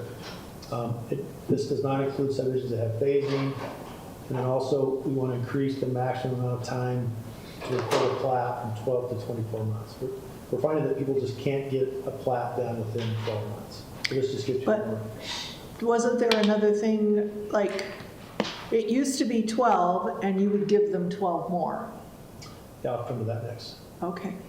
So, I ask a question? I was going to say, so what's the rationale behind going from 3 to 6 for the minor? Originally, we were proposing to go 3 to 10, because occasionally we get just a weird project that they have to create lots to build their commercial project. And it's just easier to do. They can do an admin design review, they can do an admin plat at the same time. But you're not talking necessarily about housing. So these are mostly commercial subdivisions, or are they a mix? We don't do a ton of subdivisions in the city per year, maybe 15 to 20 if that. That's on average. It would just be anything, whether it's residential or commercial, that's 6 lots or less. We would do it administratively. So And it just takes the amount of time to get on a PC agenda and go through that cycle. It eliminates that, so it's quicker for us and it's quicker for them. okay. But they still are following all of our It ordinances doesn't and take away any of guidelines. the Yeah. requirements. The requirements are the Yeah, same. It it's just takes away the It takes away the planning public commission. hearing side. And the planning commission thought this was okay? Yeah. Okay. They don't want more power? I think they're good with what they've got. Okay, so next element is to change the expiration of permits. So currently design review, conditional use subdivisions are valid for 12 months. They can get an extension for another 12 months. They get another extension for 12 months and then go back to PC to get another extension. So what we're saying is let's make this easier for everybody. You've got 24 months to do your project. If you can't do it within 24 months, for whatever reason, we'll give you one more extension. There are criteria they have to meet. Okay. Beyond that, it goes back to the PC. You're probably going to see this come out of the state legislature this year, where there's been a push to increase that amount of time that's open for a permit before it expires. just because there's a lot of variables. So like a wetland delineation takes months and months and months to get that finalized. There's a lot of time involved, so. Well, the interesting thing to me is that the state legislature wants everything to go faster, but they want this to be slower. This just gives them more flexibility. So yeah, they want to push up the timelines, but at the same time, they want to give more flexibility. Your permit extension would be another 24 months or 12 months? 12. And it's not a given. No, there's criteria you have to meet. You got to demonstrate to us where you're at, why are you being delayed. So for example, we have a subdivision up on the boundary of North Logan. We're waiting on clarification where that main North Logan sewer line is going to go. It just takes months and months and months to get that nailed in where it's going to be. And so they've got a 37 lot subdivision just sitting there languishing because they can't move until that gets figured out between our engineers and their engineers. So they were talking about things like that, Utah League last week, where the number of permitted projects that are languishing for a variety of different reasons, and it's probably some of those, right? Yeah. You'll probably see this come out of the state this year as well. It's frustrating, though, I would say, for, a lot of the public, and even sometimes for planning commission members, because they approve a project and they don't see it, and so they don't see it, and they don't see it, and they don't see it, and then all of a sudden it appears and it isn't like they remembered it. Yeah.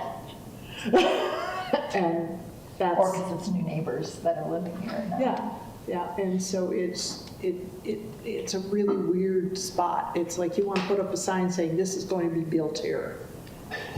In 12 to 36 months. Right. It's an important future.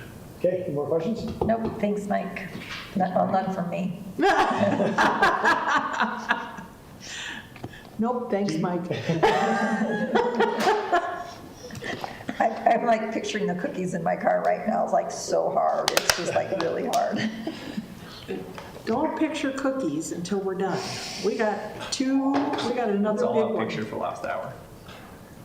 But they're homemade. I made them yesterday. They're so good. Oh, stop. They never. Does Mike need a cookie? Is that it? Mike needs a cookie? Yeah, you can eat cookies. Yeah, you can eat cookies. Rub it in, please. I don't get cookies tonight, dang it. Mayor Danes is not there to chastise you for eating in chambers. Or even the potential of doing so. Okay, Russ, go for it, please. Okay, Historic District Overlay Zone. City received a grant to have a new recognizant level survey done. The survey is just a document that we use as staff to review historic preservation projects. This would be the 4th RLS. We had one done in 78, 99, 2011, and now 2025. The consultant that we hired for it thought that there was enough good historically preserved structures on the periphery that we should ask the city council for an expansion to the boundary. So we sent out letters to every single person. I think we sent out about 600 letters. And we got about 20 responses. Of the wider expansion Yes. or the blue expansion?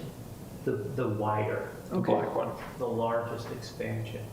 Okay. Out of the 20, 90% of those did not want to be inside a new historic district or have the district expand.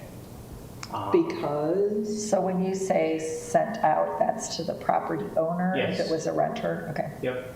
We gave them kind of pros and cons of being in a district. We also gave them information from the state and the Secretary of the Interior. At the end of the day, they felt like they just didn't want that extra limitation. A lot of folks that live in this periphery area, affordability is their #1 concern, and if the window replacement is required to be a solid wood window that's 2 or 3 times more expensive, then that's a problem for them. The pros are these homes that we have, they're really one of one, Yeah. and history only lasts as long as we keep it. And so, you know, we run the risk of losing some history. But really quick, you know, there's about 400 residences. There's a bunch of commercial buildings. This is what the RLS looks like. It lists every single property. It will list architectural styles, materials, and it grades it. What's weird is now the grading took out the A. It used to be A, B, C, D, and now A is B. So B means both A and B, and then there's a C and D. And B means... So there's no A. There's no A. B means it's contributory, it is a good example. C and D either means it's a bad example or it was built out of the time period. So a home has to be at least 50 years old to be eligible or considered in the time period. So did they go through the the current historic district as well? Yes. So the survey So they regraded those? did the existing district and the full expansion. So I want to know, was my house a B? So did they regrade it? I can find out. So everyone was regraded then if you got rid of A? Yeah, and what's interesting is things change, you know, as people modify their homes, their grade may go up, their grade may go down. We've had both. Great. He's going to look at So this one is graded B. This is the historic Eccles Mansion. This home is on the boulevard. This is in one of the expansion areas. I just want to highlight some of our unique homes. What's cool about this home is you won't see another home that looks like this anywhere. Nope. Can you imagine redoing that roof though? Here's a cool example of a bungalow. Can you imagine? Here's some of our other surveys. So before in 78, they didn't use A, B, C, D. They used either excellent, good, or detrimental. Anyways, Yours was detrimental. Sorry, that's the grade. If you're inside the district and you're also listed on the National Registry, you can qualify for tax credits, which is a major pro. So in addition to just having a cool old building, you can qualify for tax credits of up to 20%. So if you've got a project that's $75,000 budget, you can get a $15,000 tax credit. And that's if it's a designated Oh, I wish I'd done that district one. or So just it has to- your home? Right now, it has to be inside the district and graded as a B or higher. Okay. And listed on the National Registry. Of course, there's no higher than B now. I know. So How hard is it to get So the listed on the component is historic district, your grade, and National Registry Yes. are required for that tax credit. And these tax credit programs go through the state, the State Historic Preservation Office, or SHPO, and they're administered through the National Park Service. Really quick, these three slides are interesting. So the left is our existing district, and the green are all the Bs, or good examples, and then the yellow and orange are not so good examples. The middle one is the East Temple area expansion, and then the right one is the whole proposed area. So the ratios are actually pretty similar. Yeah. So there's good examples in the entire proposed area. So the letters that you received, I think I read they were mostly from that wider west, but not so much from the East Temple. Is that correct in terms of the comments that were received? Did I read that properly? Yeah, the majority were on the west side. After our Land Use Appeals Board, Amanda Davis told me that she is opposed to the meeting, and she's on the east side, so that kind of balanced it out. Okay. She said, I don't want to write a letter, but I want to make a verbal comment to you, Ross. So I told Amanda that I would mention that. Okay, because I was going to say, She doesn't live in it a would be historic, she interesting. doesn't live in a building that's historic. Yeah, she does. Her home qualifies. Oh, it does? It's more than 50 years old? Yeah, and she lives just north of the temple. Yeah, I know she does. Right next to the 2 doors up from the parking lot. Yeah. So this map is what the consultant proposed. And so what I suggested were at least, see the green lines? Those are areas that have changed. So the Mill Creek Apartments is where the old mill ruin was. Okay, that's And so that's gone. And then the other green line is where the Chuckarama was built. And so I just call this like a cleanup or boundary correction, because. And you're removing those green areas. Yeah, they don't make sense. And so at the very least, Chuckarama's historic. I think the green changes are warranted. I'll show that.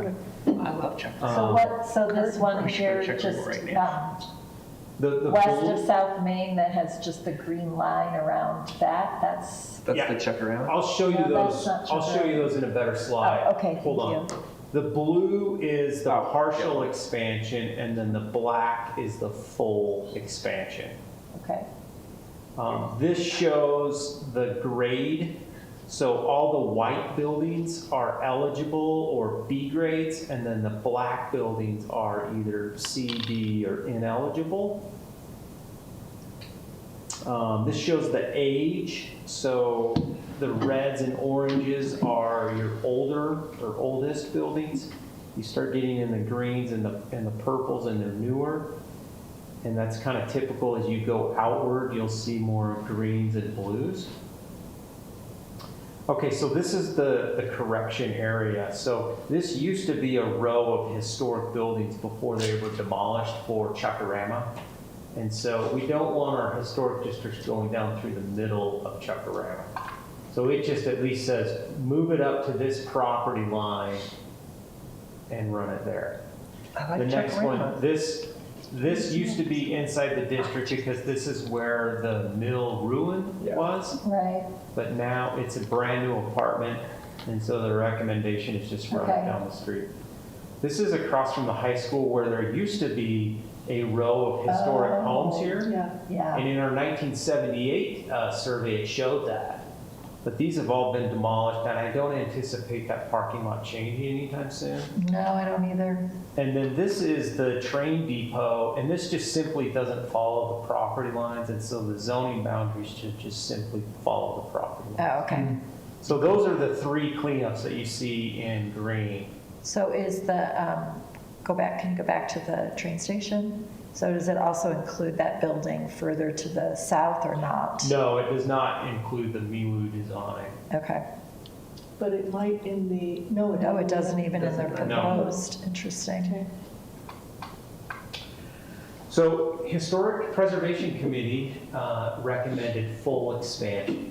4-1. I saw that. Which was not a surprise. Right, 4-1? Wasn't Yes. there 1%? Yeah, 4-1. Planning Commission did not recommend expansion. They only recommended the cleanup. But that was a 3-2. 3-2. And so that's the overlay. Any questions?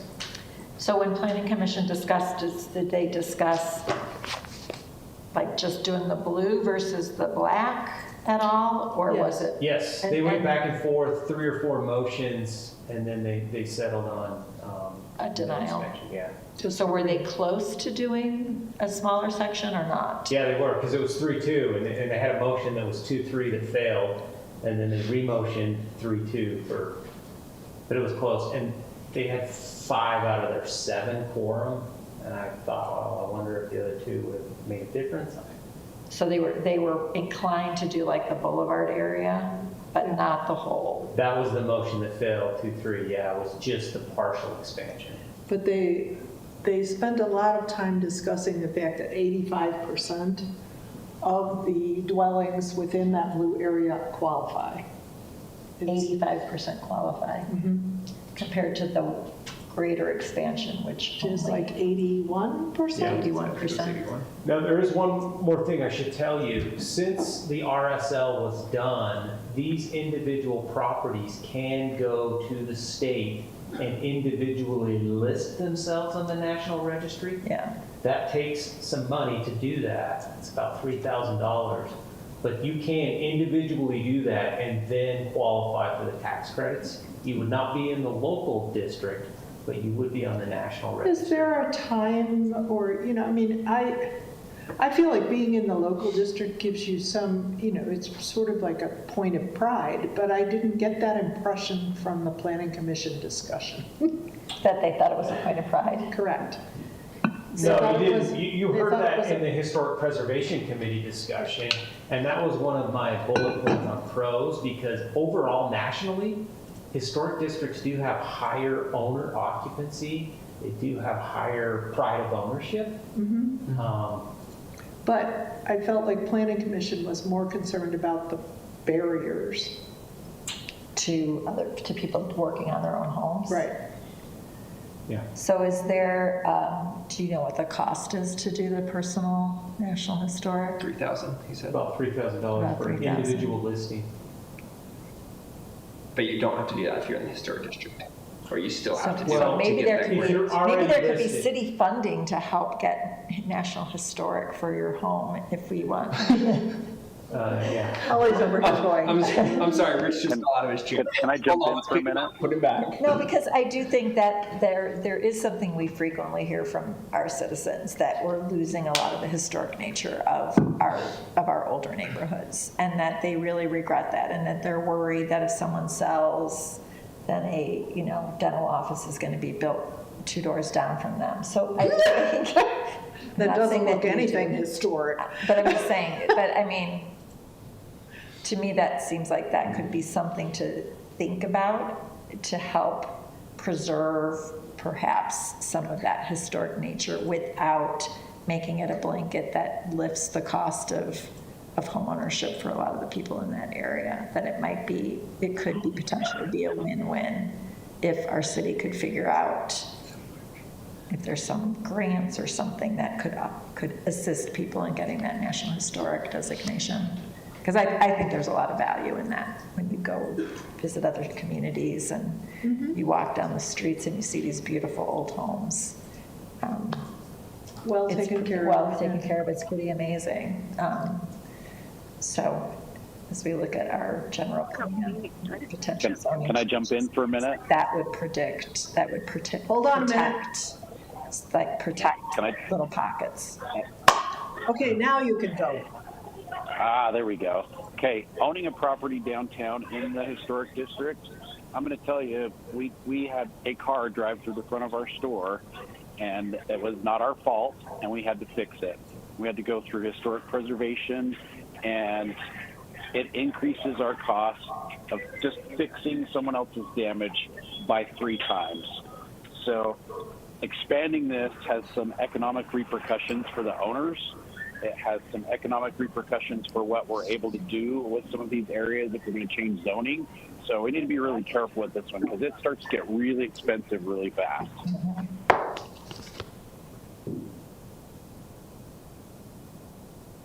Good thoughts, Mark. I like my idea better. Expanding the whole South, but They are both valid, though. yeah. Oh, yeah, And I that's- agree. But I think That's the hard that- part with all these decisions is that there is value on Yeah. both sides of any argument like But I this. did hear from 3 property owners that were like, don't do this.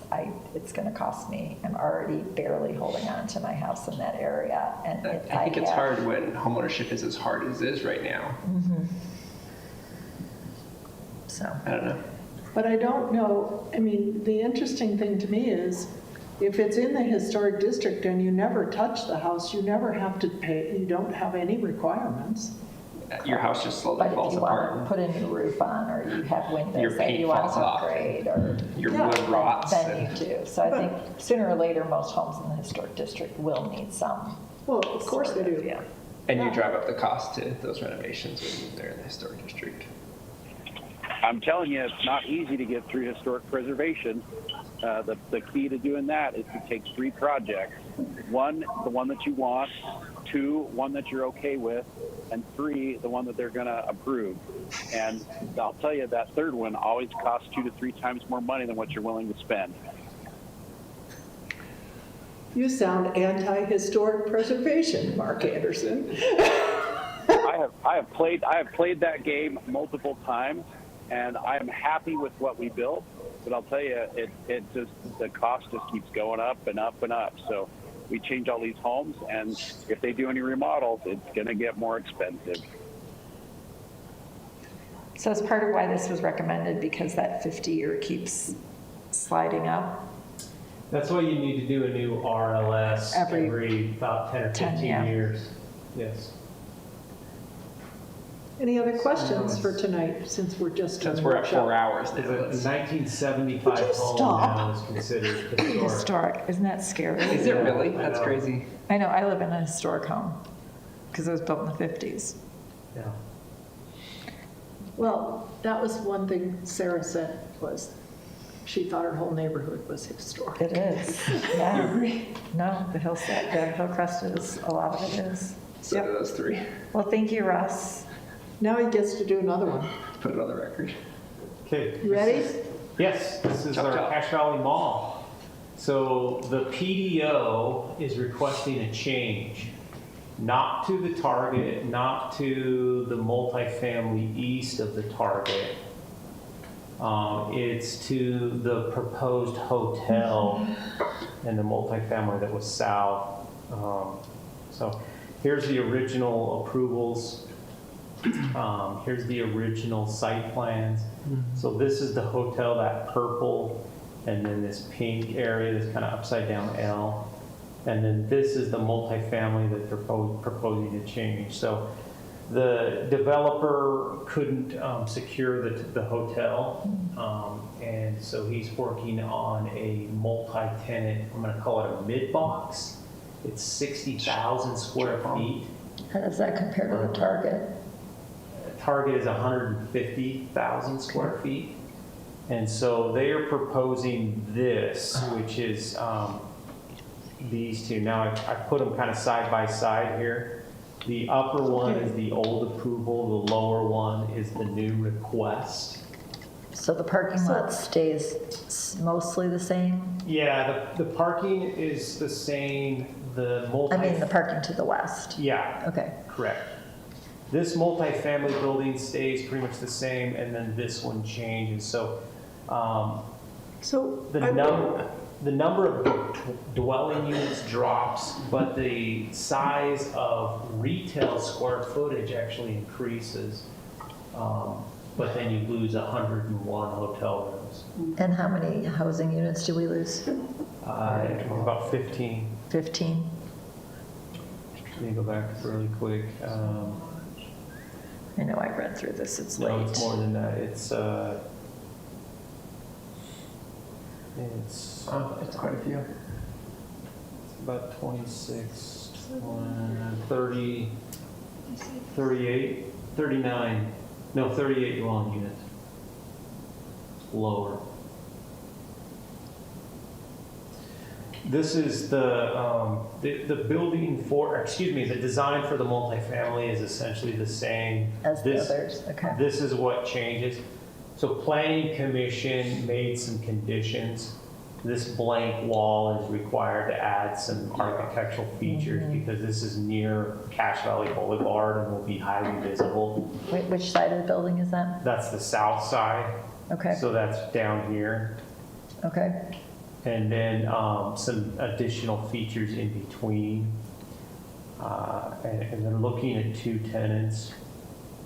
It was originally 3 stories, yeah?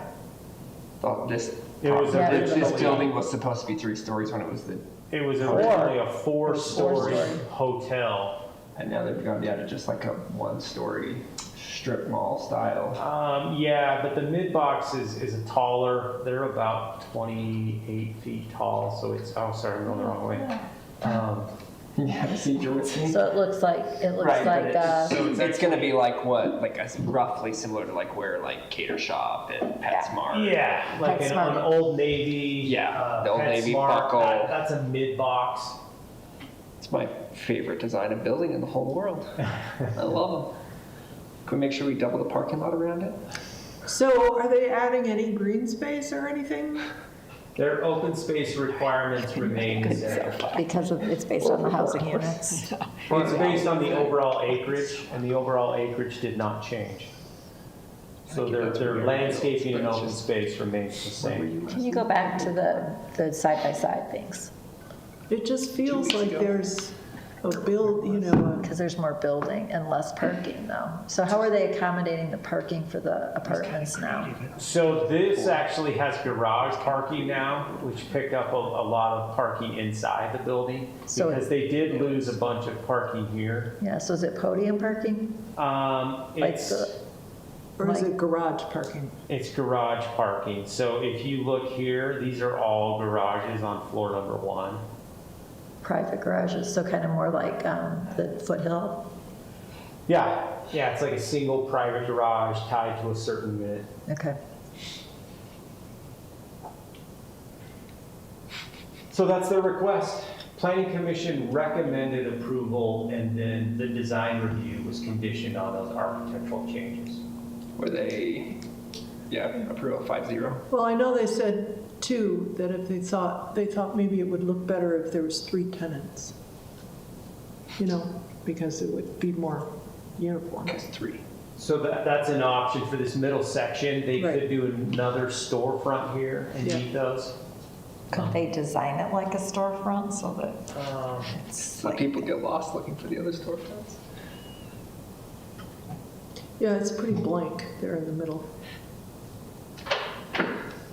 Dinner first. Okay. I told you to bring snacks. Too bad no one I wants read to the build a sign. hotel, huh? I know, I'm really bummed about that. It's 9:30 and I'm bummed. Rich. Okay, Ready? ready. Are you?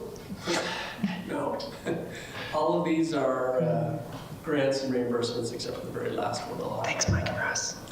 $18,000 for the police department ICAC grant. We received that one multiple years in a row, as we have the task force grant for $103,000. What is ICAC? Internet Crimes Against Yeah. Children. You don't want to know. Yeah. No, unfortunately we do know. But it is in the header there. Then there's $3,200 for an insurance reimbursement toward repair cost.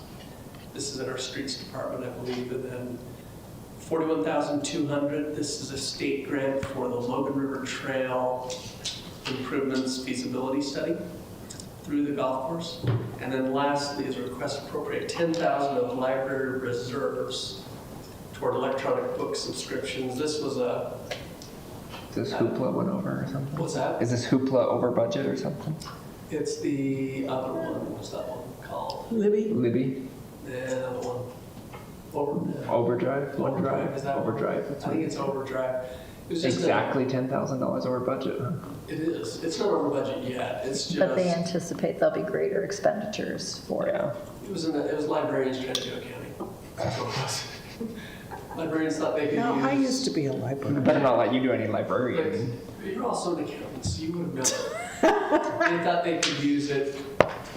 Finance thought that was a prepaid, and so that's how it affected their budget. But I said, I can help your budget. I'll talk to council and see if I'm glad we gave them that little bit of extra property tax. Yeah. They'll need it.